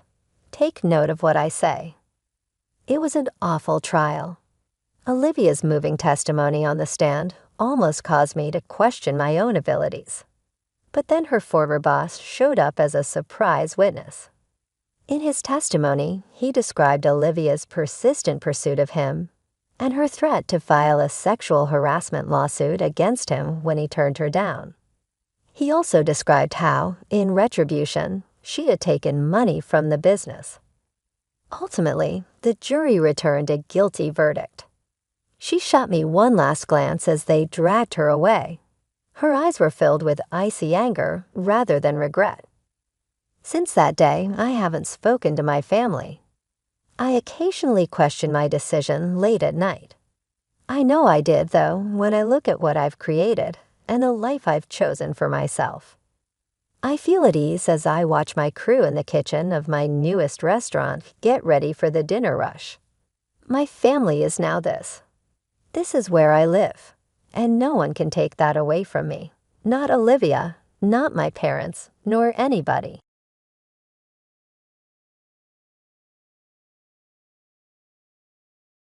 My mother-in-law gave a dramatic sweep of her hands and burst out laughing when I asked whether I would be making the New Year's lunch. "Certainly not. That isn't feasible." "My daughter-in-law is not a good chef," she cried out. Claiming to be the one in charge of the kitchen, she labeled me the hopeless housewife who couldn't even pull off a New Year's feast. Her laughter was insulting in the extreme rather than just annoying. I knew that it was time for me to speak up after putting up with this for so long.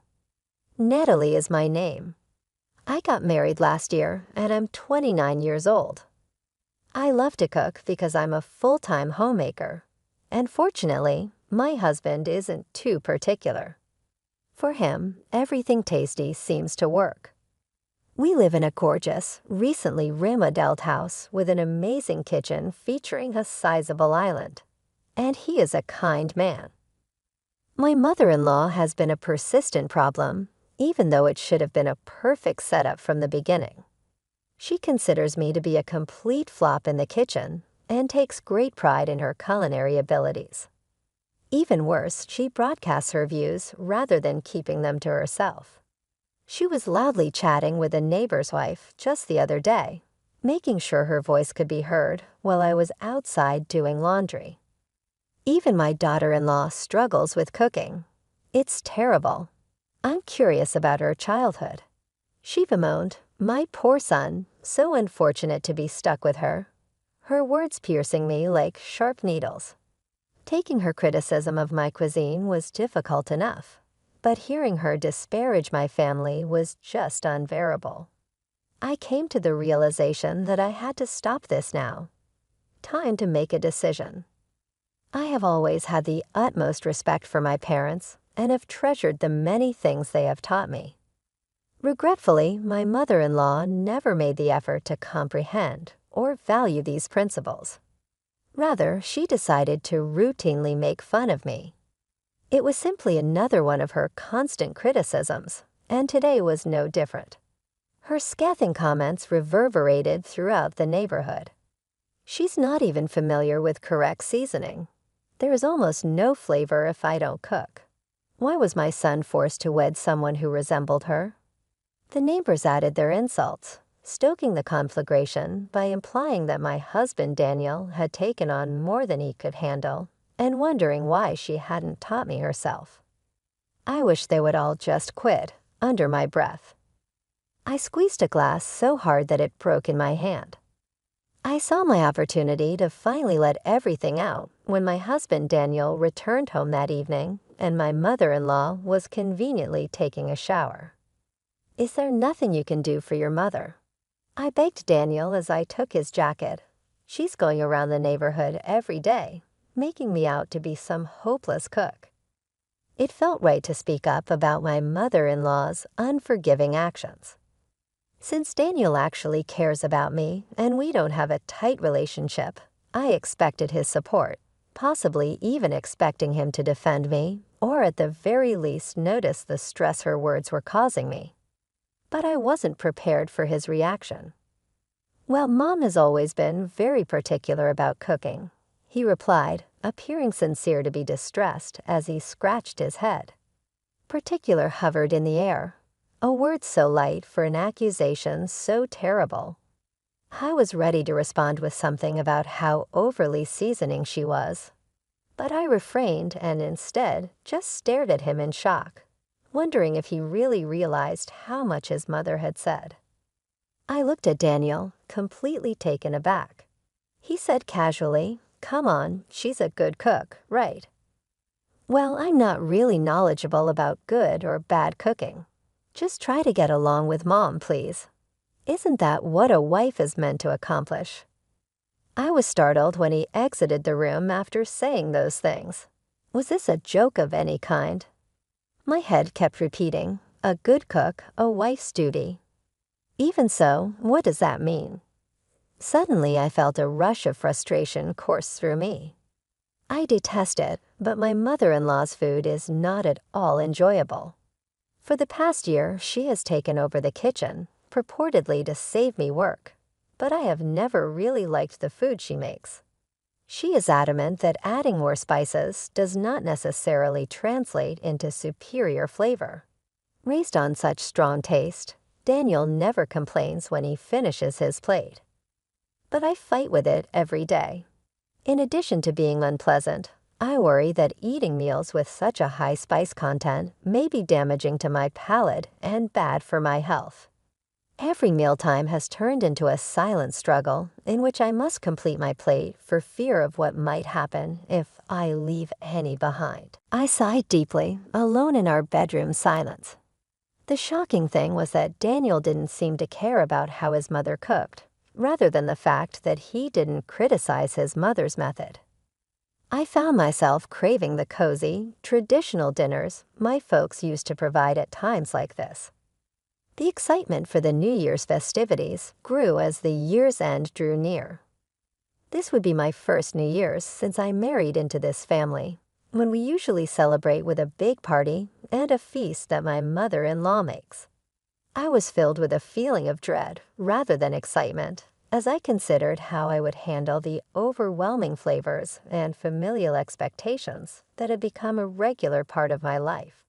When Daniel casually mentioned that it was customary for the family to gather and enjoy the feast prepared by his mother for New Year's, I couldn't help but silently question the tradition.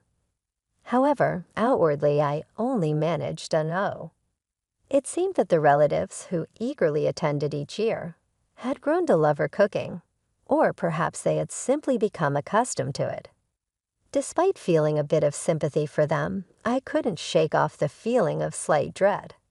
Despite the frequent critiques from my mother-in-law about my supposedly bland culinary skills, my parents instilled a strong confidence in my cooking abilities. I secretly longed to cook for everyone and maybe even introduce some subtle flavors to Daniel's palate. With a newfound resolve, I decided it was time to discuss the New Year's feast with my mother-in-law. As she bustled around the kitchen, pulling out large plates and pots, I seized the moment. "I'd like to help with the New Year's feast," I ventured as she energetically prepared for the upcoming celebration. Turning to face me, her expression was one of immediate dismissal. "Natalie, you can't even cook properly. How can you prepare food for the New Year's celebration?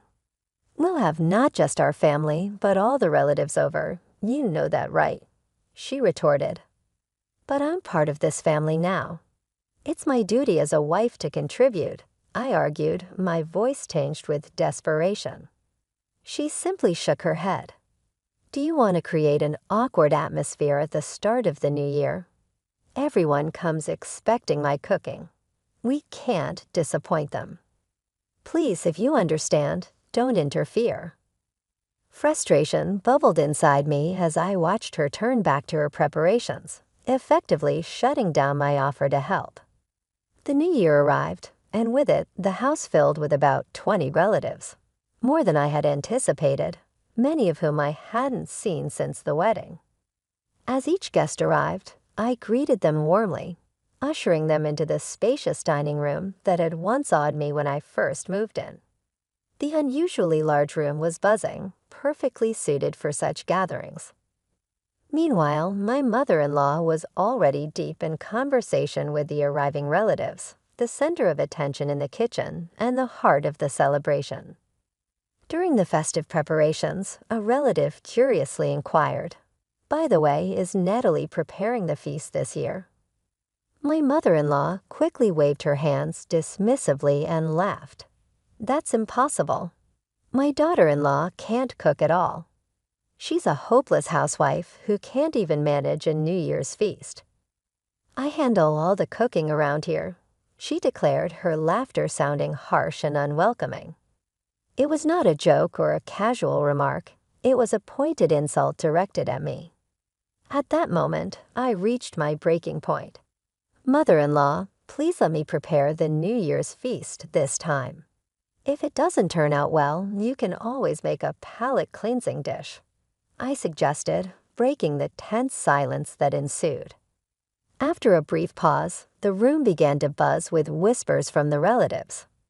"Well, I certainly don't want a disappointing meal, but they say practice makes perfect, right?" My mother-in-law reluctantly conceded, sensing the shifting tide of opinion among the relatives in favor of giving me a chance. "All right, fine. If it doesn't work out, Frida can step in," she added. "Very well then, Nat, you can take the reins this year," she stated, her words tinged with reluctance. "But remember, I can always step in." "Ladies and gentlemen, indulge this hopeless housewife's whims for once," she announced with a tone of patronization. With my heart swelling with pride and determination, I was ready to showcase my cooking skills to everyone. It was my chance to change everyone's perceptions. I poured my heart into preparing the meal, and as the beautifully arranged feast was laid on the large platter, exclamations of admiration filled the room from our relatives. "Wow, the meal turned out perfectly. It looks delicious. Well done, Natalie. This isn't something just anyone could pull off," they praised enthusiastically. Amidst such acclaim, my mother-in-law, who had just returned from shopping for the so-called palate-cleansing dish, glanced at my spread. "It looks all right, I suppose, but it's probably bland," she remarked, emphasizing the word probably and clearly reluctant to acknowledge the success.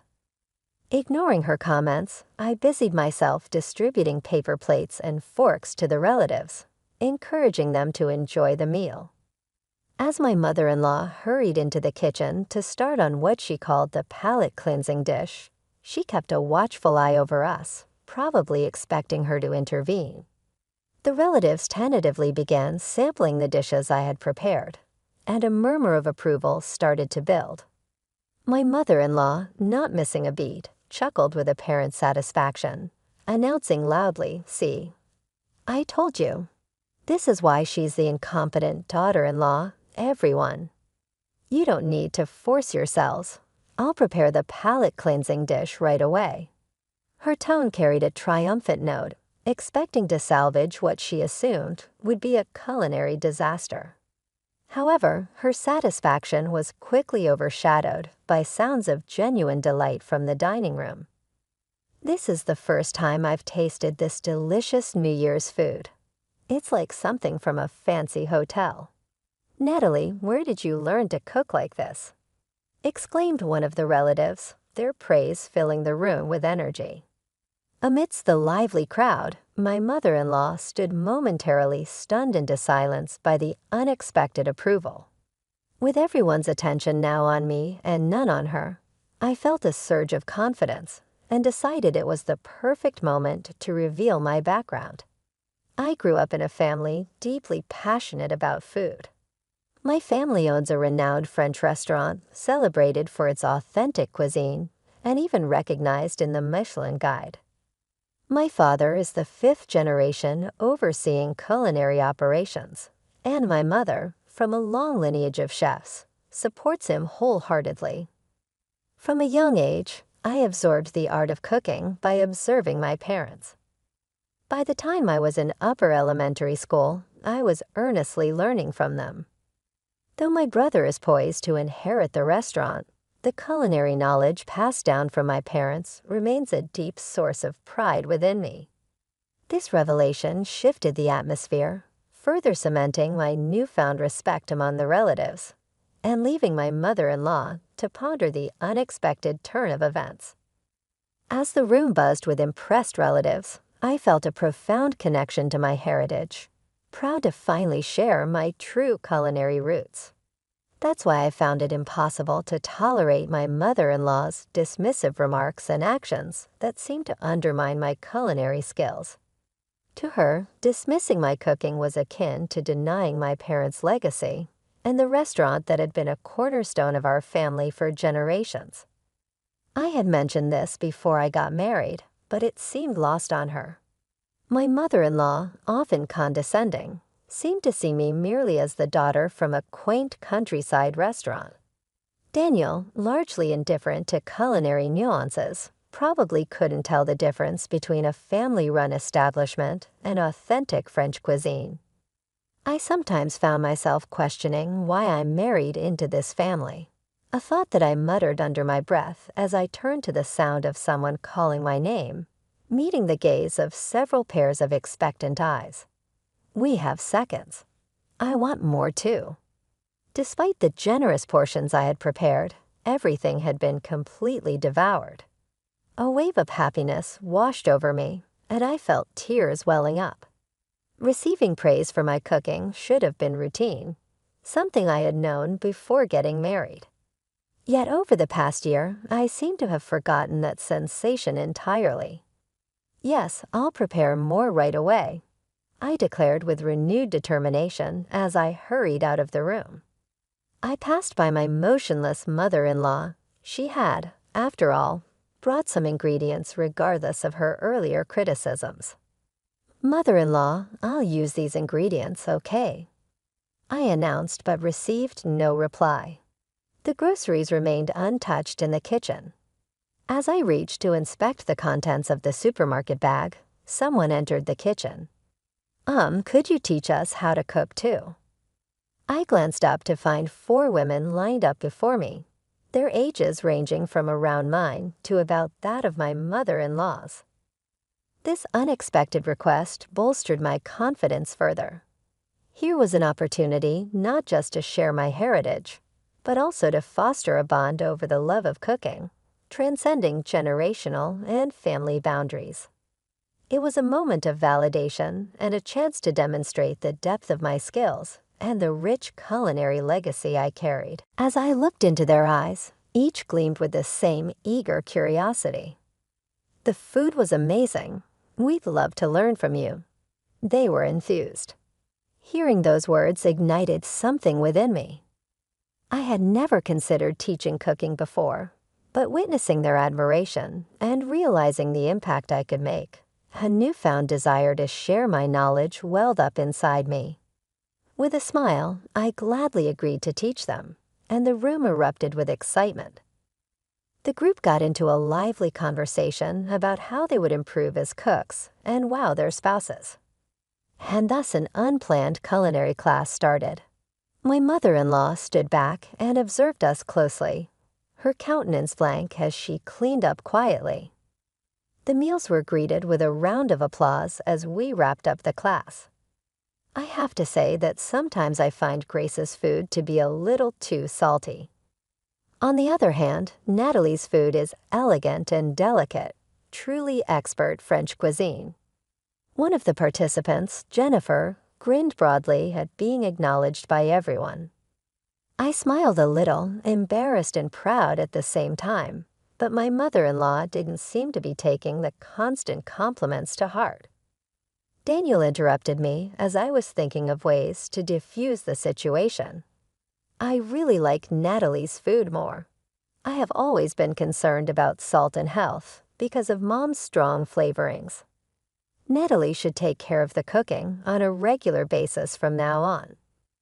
My mother-in-law appeared to be absolutely taken aback by such remarks, and soon after, she retreated silently to her bed. When my family members learned that I was a skilled cook, their perception of me and my role in the family drastically changed. This unanticipated development not only gave me more confidence, but it also quietly changed the dynamics of the household in a way I had not imagined. My culinary prowess quickly gained recognition, and I started getting requests to instruct cooking classes.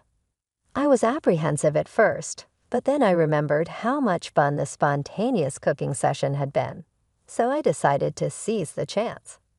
People actually appreciated my abilities, and word of mouth rapidly expanded my reputation as a talented cook of traditional French cuisine. Before I knew it, I was praised as a homemaker who was well known for her food and had been highlighted in the media. I began receiving requests for my classes from people across the nation. I discovered that life is incredibly unexpected. This strange trip even resulted in a profile of me in a well-known culinary publication.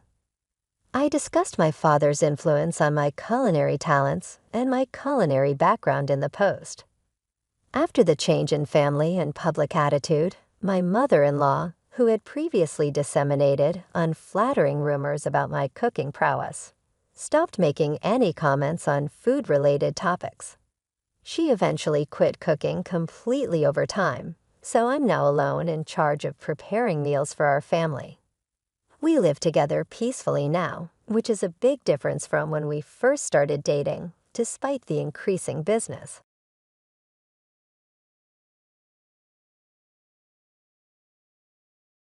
I'm 27 years old and I am Sandra. I am employed at a Florida software company in a creative capacity. Although it may appear that I have a simple existence, my home is actually highly disorganized. My dad's business unexpectedly went bankrupt a year ago. I was forced to return to my hometown after that to live with my parents and sister Mary. My earnings are what our family needs to survive. My mother struck up a discussion with someone one evening as we were sitting around. Tonight's dinner will be pork steaks, according to Sandra. I said, "Oh, and we're running out of money for groceries," with a small sigh. Not even pork will do for us. Could you perhaps lend us a little more money for food? We're out of food money already, and it's not even the middle of the month, I scowled. Mary interrupted at that point, saying, "Big sis, you're not giving enough money for food." It stunned me. What are you trying to say? I have already donated $10,000. That ought to be more than sufficient. Mary gave a snort. Big sis, the cost has increased. $10,000 is no longer sufficient for a household of 4. I was unable to contain my annoyance. Merely $10,000? Why don't you get a job and help pay for the food yourself if you're having trouble with it? Mom rushed in and supported Mary. Finding a job is difficult. I regret Mary's situation. I was compelled to feel resentment. Mary claims to be looking for work, but in reality, all she's doing is lazing about. In addition, my mother is surreptitiously giving Mary my money as pocket money. Eventually, I said enough. Why don't we sell this property and return to Grandma's hometown if it's so difficult to manage? There might be jobs available for us, and things wouldn't be as difficult. But Mom quickly disregarded the notion. Not at all. I refused to return to that town. We could work at my grandma's popular Italian restaurant in Miami and get free pizza and spaghetti for lunch. It would certainly make life easier, but Grandma is very rigid, particularly when it comes to pizza cooking. This bothers my mom, who would much rather avoid the labor-intensive process of baking pizza. Why are we so quick to ask Grandma for help when we should be supporting ourselves? is a question my dad asks me every time. That is merely being pampered. Inside, I wanted to shout. When I'm the one who pays for everything, and my sister doesn't even want to work, how can they claim I'm spoiled? Mary ought to work a part-time job as well. She's 25, and a lot of individuals hunt for full-time jobs while working part-time. My mother quickly objected, saying, no, Mary helps around the house, so she doesn't have time for a part-time job, when I suggested doing this. How come? I couldn't make sense of that. What topic are you discussing? Mary has never cleaned the house, in my opinion. Mary does her own laundry and carries the dishes to the sink after meals. My dad interrupted. She even massages my shoulders occasionally. I could sense my anger building. My dad indicated some housework that even a small child could accomplish. In the meanwhile, I get up early every morning to prepare the family's breakfast and pack my dad's lunch. In addition, I'm in charge of handling the taxes and household finances. Still, Mary is always given preference by my parents. Since we were young, they have treated her better than I have. I get compliments on my appearance too, but Mary has always been regarded as more elegant and endearing. Our parents have always treated her especially because of this. You would assume that given the circumstances, I could just walk out, yet the scenario is difficult for me to leave. I deal with this tension on a daily basis. Time went by one day, and I was unaware that my sister had left the house. I assumed she had simply left as normal, but she wasn't there the following day or the day after that. My suspicions began to grow. I then heard my parents conversing in the living room as I was making my way to my room after getting home. I was astonished to hear what I heard. I am looking forward to receive the Louisiana mementos.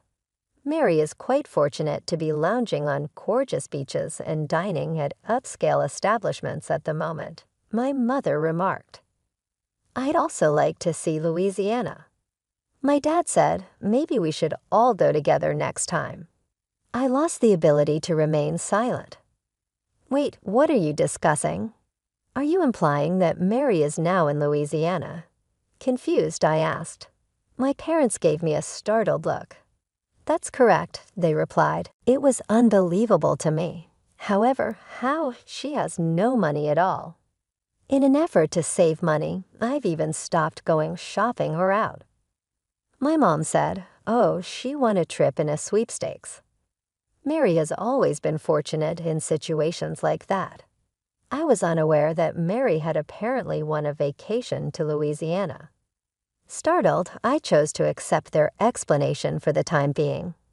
However, the following day, I received an unexpected call from a credit card company while I was at work. I was surprised to receive a call from the company informing me of excessive expenditures over the last 4 days, as I don't typically use credit cards that much. I couldn't recall ever making a significant buy. I asked the customer service person how much money had been spent, feeling anxious, and she informed me that $20,000 had been spent over 4 days. I understood immediately who was responsible. My sister Mary, having a great time in Louisiana, had to be the one. Even though she had won the plane tickets and hotel stay, she still needed money for other things like souvenirs.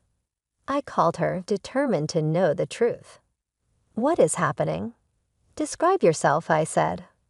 Oh, I'm surprised you called, sis. I thought you were waiting for your souvenirs, Mary joked. Stop messing around. You've been using my credit card without asking, haven't you? She didn't even seem to care. Did you notice? It was an accident, she said casually, and my anger grew. I regretted not realizing sooner that someone had gone through my stuff. What were you thinking? Using someone's credit card without permission is a crime.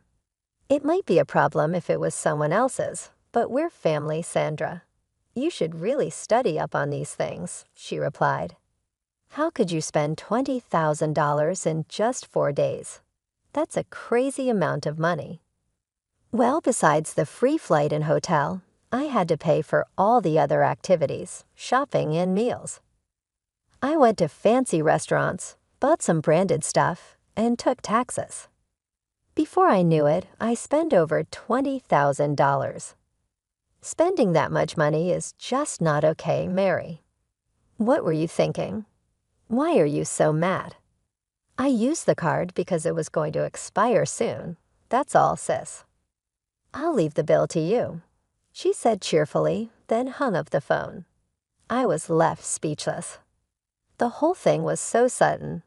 After that, Mary kept trying to contact me, but I ignored her.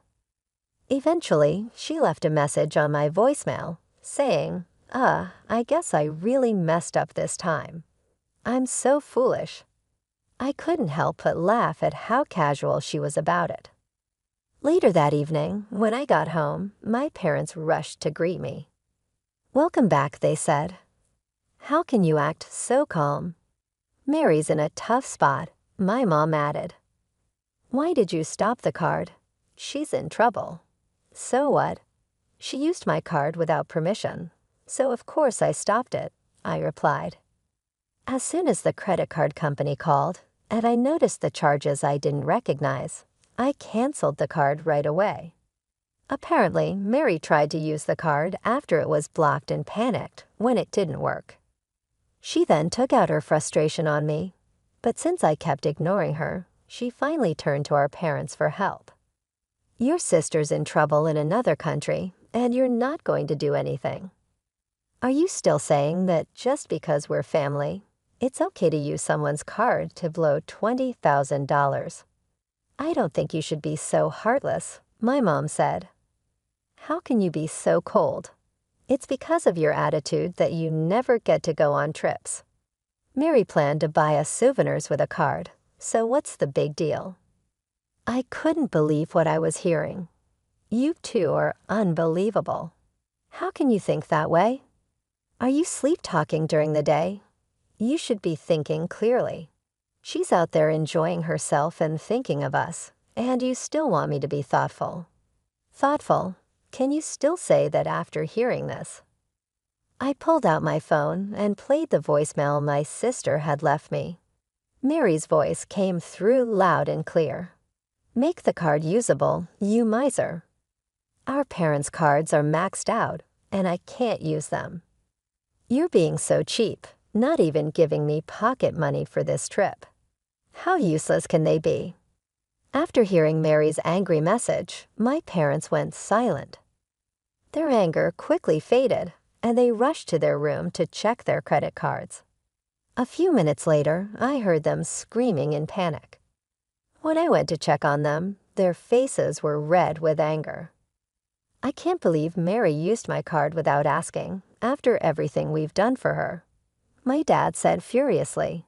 "She even took the bank book and our cards.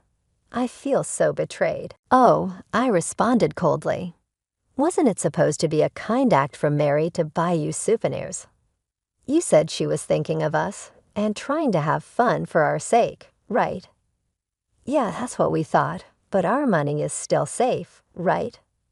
My mom muttered, unsure. When I saw how quickly their attitudes changed once they realized their money was still safe, I couldn't hide my disappointment. "Well then, why don't you just raise the card limit and pay off the balance so she can use it again? Let the kind Mary, who is trying to buy you souvenirs, have it." "That's not possible," my mom said. "We don't have any savings left. What are we going to do? Mary's stuck out there with no money for food or anything." After the chaos, my dad suddenly turned to me. "Sandra, please. We'll start fresh. We promised to work together to support this family. Please help Mary." "What are you talking about? Does that include me now?" I asked sarcastically. Moved by my dad's words, my mom knelt down in front of me. I was shocked for a moment, but then I couldn't help but laugh bitterly. "It's a little late for apologies now," I said, but my mom continued pleading with me earnestly. "I swear I will change. I will do my best to support everyone from now on. I won't wrong you or her ever again." Despite everything, I couldn't stop laughing at the absurdity of the situation. As my parents went back to their room, I quietly took out my credit card, still unsure of what to do next. I had secretly discovered a credit card that still had a valid expiration date and hadn't been used, so I suggested, "Why don't you give this card to Mary and take a family trip together?" My parents were thrilled by the idea. They immediately contacted my sister, and they all began to excitedly prepare for the trip. I even booked their flights to Louisiana online while watching them with a smile. After everything was said, I made a call to a certain number. 5 days later, when my parents and sister returned from Louisiana, Mary greeted me with, "Big sis, thank you for letting us enjoy Louisiana. It's rare for you to come pick us up. Are you expecting souvenirs? Sorry, I didn't buy anything." It was clear they had a great time and had already forgotten to be thankful for my help. Seeing this, I knew it was time to put my plan into action. I could barely contain my excitement. "Looks like you had a lot of fun. Was that the last big moment of your life?" "What do you mean by last?" Mary asked, confused. "Well, I've decided to sell the house," I said casually. "I've already sent our belongings to the new place, and someone's coming to pick us up." My parents and sister were completely shocked as they noticed the "for sale" sign at the entrance of our home. "What? What is this? Did you really sell the house? What's going on?" they demanded. Facing their astonished faces, I explained further. Actually, a real estate agent I know from university was interested in this land for a while and had been asking to buy the house and land together. I always said no because I thought keeping the house made sense. But I recently changed my mind. I realized that selling this house and living on my own again would give me financial and mental freedom. My parents protested, "You can't sell a house on your own. It's illegal. This house belongs to Dad, not you." Staying calm, I replied, "Oh, you seem pretty upset about it. But what if I told you the house and land are actually in my name?" "What?" they exclaimed in disbelief. "Dad, do you remember when you couldn't pay the taxes and came to me for help? I agreed to pay on the condition that we changed the house's ownership to my name. You signed the papers back then, remember?" Dad's face fell as the memory came rushing back. That's right." I continued explaining I didn't leave this house because it was already in my name. I was waiting for the right time to get you all out so I could sell it. It was tough to find an opportunity since you were always home, but when I sent you to Louisiana, I finally had my chance. With everyone out of the house, I could go ahead and sell it. Everyone was in shock. "What?" they gasped. As I mentioned earlier, I continued calmly, "Your luggage has already been sent to the new place, so don't worry. The pickup will arrive soon." "Pickup? What do you mean?" my mom asked, still confused. "Grandma is waiting for everyone. She's excited to see you," I said with a smile. "Wait, Grandma? You mean Mom?" my dad asked, his voice shaky. "Yep. I talked to her, and she agreed to take everyone in. She's eager to knock some sense into you. She even told me to send her luggage, so get ready for daily pizza making and cleaning at Grandma's restaurant." My parents and Mary were stunned. "We can't go to Grandma's." "We don't want to," Mary cried out. "Oh, I see. Well, you can do whatever you like, but without a house or jobs, how do you plan to live? And don't forget about the credit card bill. How are you going to pay it off?" "What are you talking about?" my mom asked nervously. "The card is in your name." "You thought it was in my name. You should be more careful. The card is actually in someone else's name," I said. "No way." My mom's face went pale as she took out the card and checked the name. Her eyes widened. Wait, this card is in Mary's name. Exactly. The credit card I gave you was one I found in Mary's room. It was the first card she got when she started working, but she quit that job soon after. It seemed she never used it. What? I spent too much. What should I do now? My mom panicked. Well, since Mary's name is on the card, she has no choice but to pay it off. And you'll all need to work hard at Grandma's to cover your stay without causing any trouble. Mary resisted until the very end, but our parents, seeing no other option, stayed silent and waited for Grandma's arrival. When she came, they all headed to her house and restaurant in Miami. Under Grandma's strict supervision, and with the help of her veteran employees, they learned to work hard, even shedding tears along the way. The $230,000 that had been charged to my card was eventually paid back to me by Mary, under Grandma's watchful eye. Although I had planned to settle everything by selling the house, Grandma managed to recover the living expenses I had previously covered, and even took a portion of my parents' salaries to pay me back. Later, I moved into an apartment closer to my job and was able to live alone again.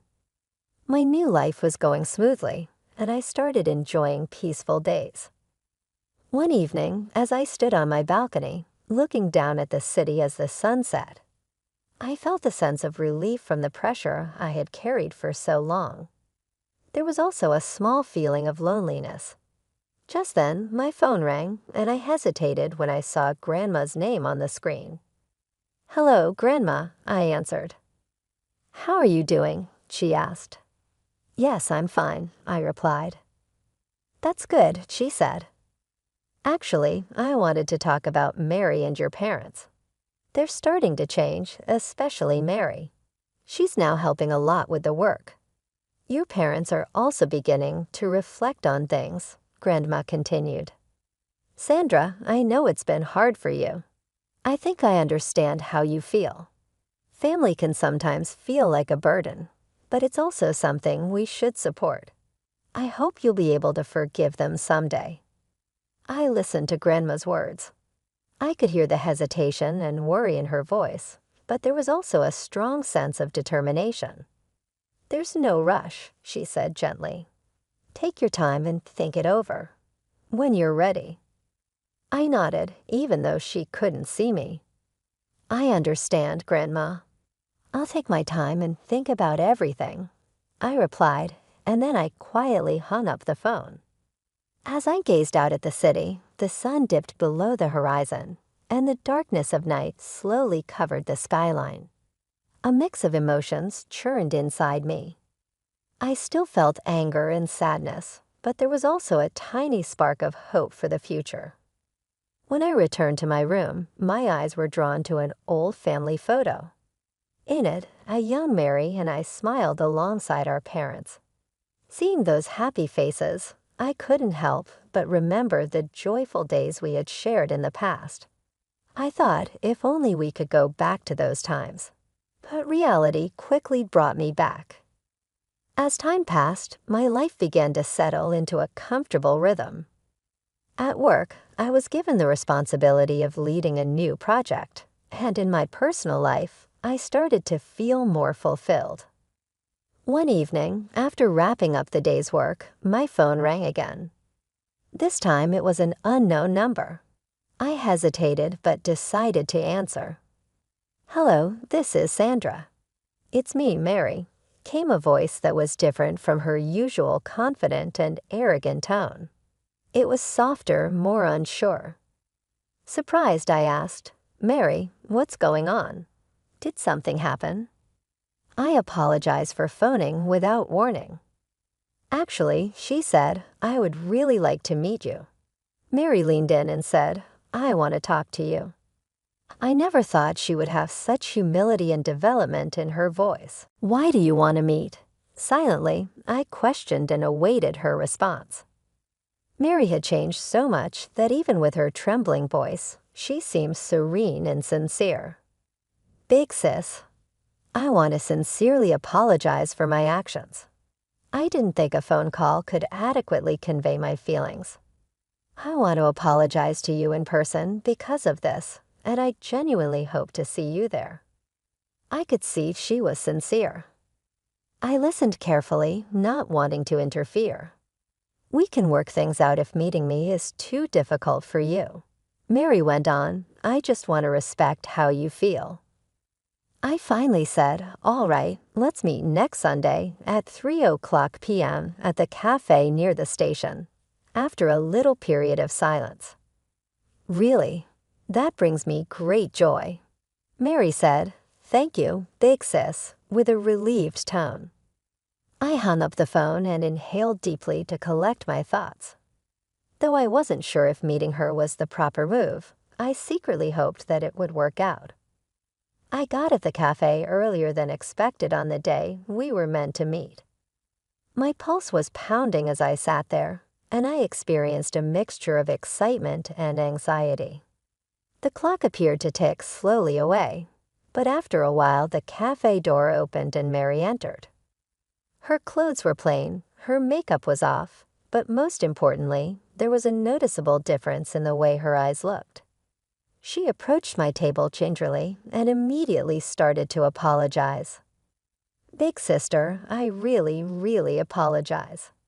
I noticed the shift in her at that same instant, and for a few seconds, I wasn't sure how to react. Mary, I started, but she continued to speak while choking back tears. Working at Grandma's house made me aware of how dependent I was on you. For years, I took you for granted. I now realize how difficult it has been for you to constantly prioritize us over yourself. She thought back on her previous deeds and apologized from the bottom of her heart several times, tears streaming down her face. Mary shared with me the lessons she had picked up while working at Grandma's and how much she had previously relied on me. She talked candidly about how much she had changed and how she felt about our parents. I sat in silence, taking in Mary's remarks. The sadness and rage I had been holding onto for so long began to evaporate with each line. The weighty feelings inside of me started to lessen as she talked more. I'm grateful, Mary. I remarked, I've considered what you said. After that, we talked for several hours about various topics, including our lifestyles and the difficulties we were having. This candid discussion seemed like a crucial first step in mending our relationship. Right before our departure, Mary gave me an envelope brimming with appreciation. She had worked hard at Grandma's place to earn the money inside. I'll keep trying my hardest, but this is just the beginning, she remarked. It thrilled my heart to see how much she had grown as I accepted the package. A few months later, I went back to Grandma's house and saw my parents. They sincerely apologized to me this time, and I could tell they had changed, just like Mary. We hadn't had a family lunch together in a while when we all sat down that evening. It felt good to be around family once more. Although I was aware that I would never be able to fully forgive, I found hope in my family's attempts to get past their past. Grandma gave me some sage advice before I left. Sandra, you've become stronger, but even more significant than that strength is the kindness you still possess. That is the most crucial factor.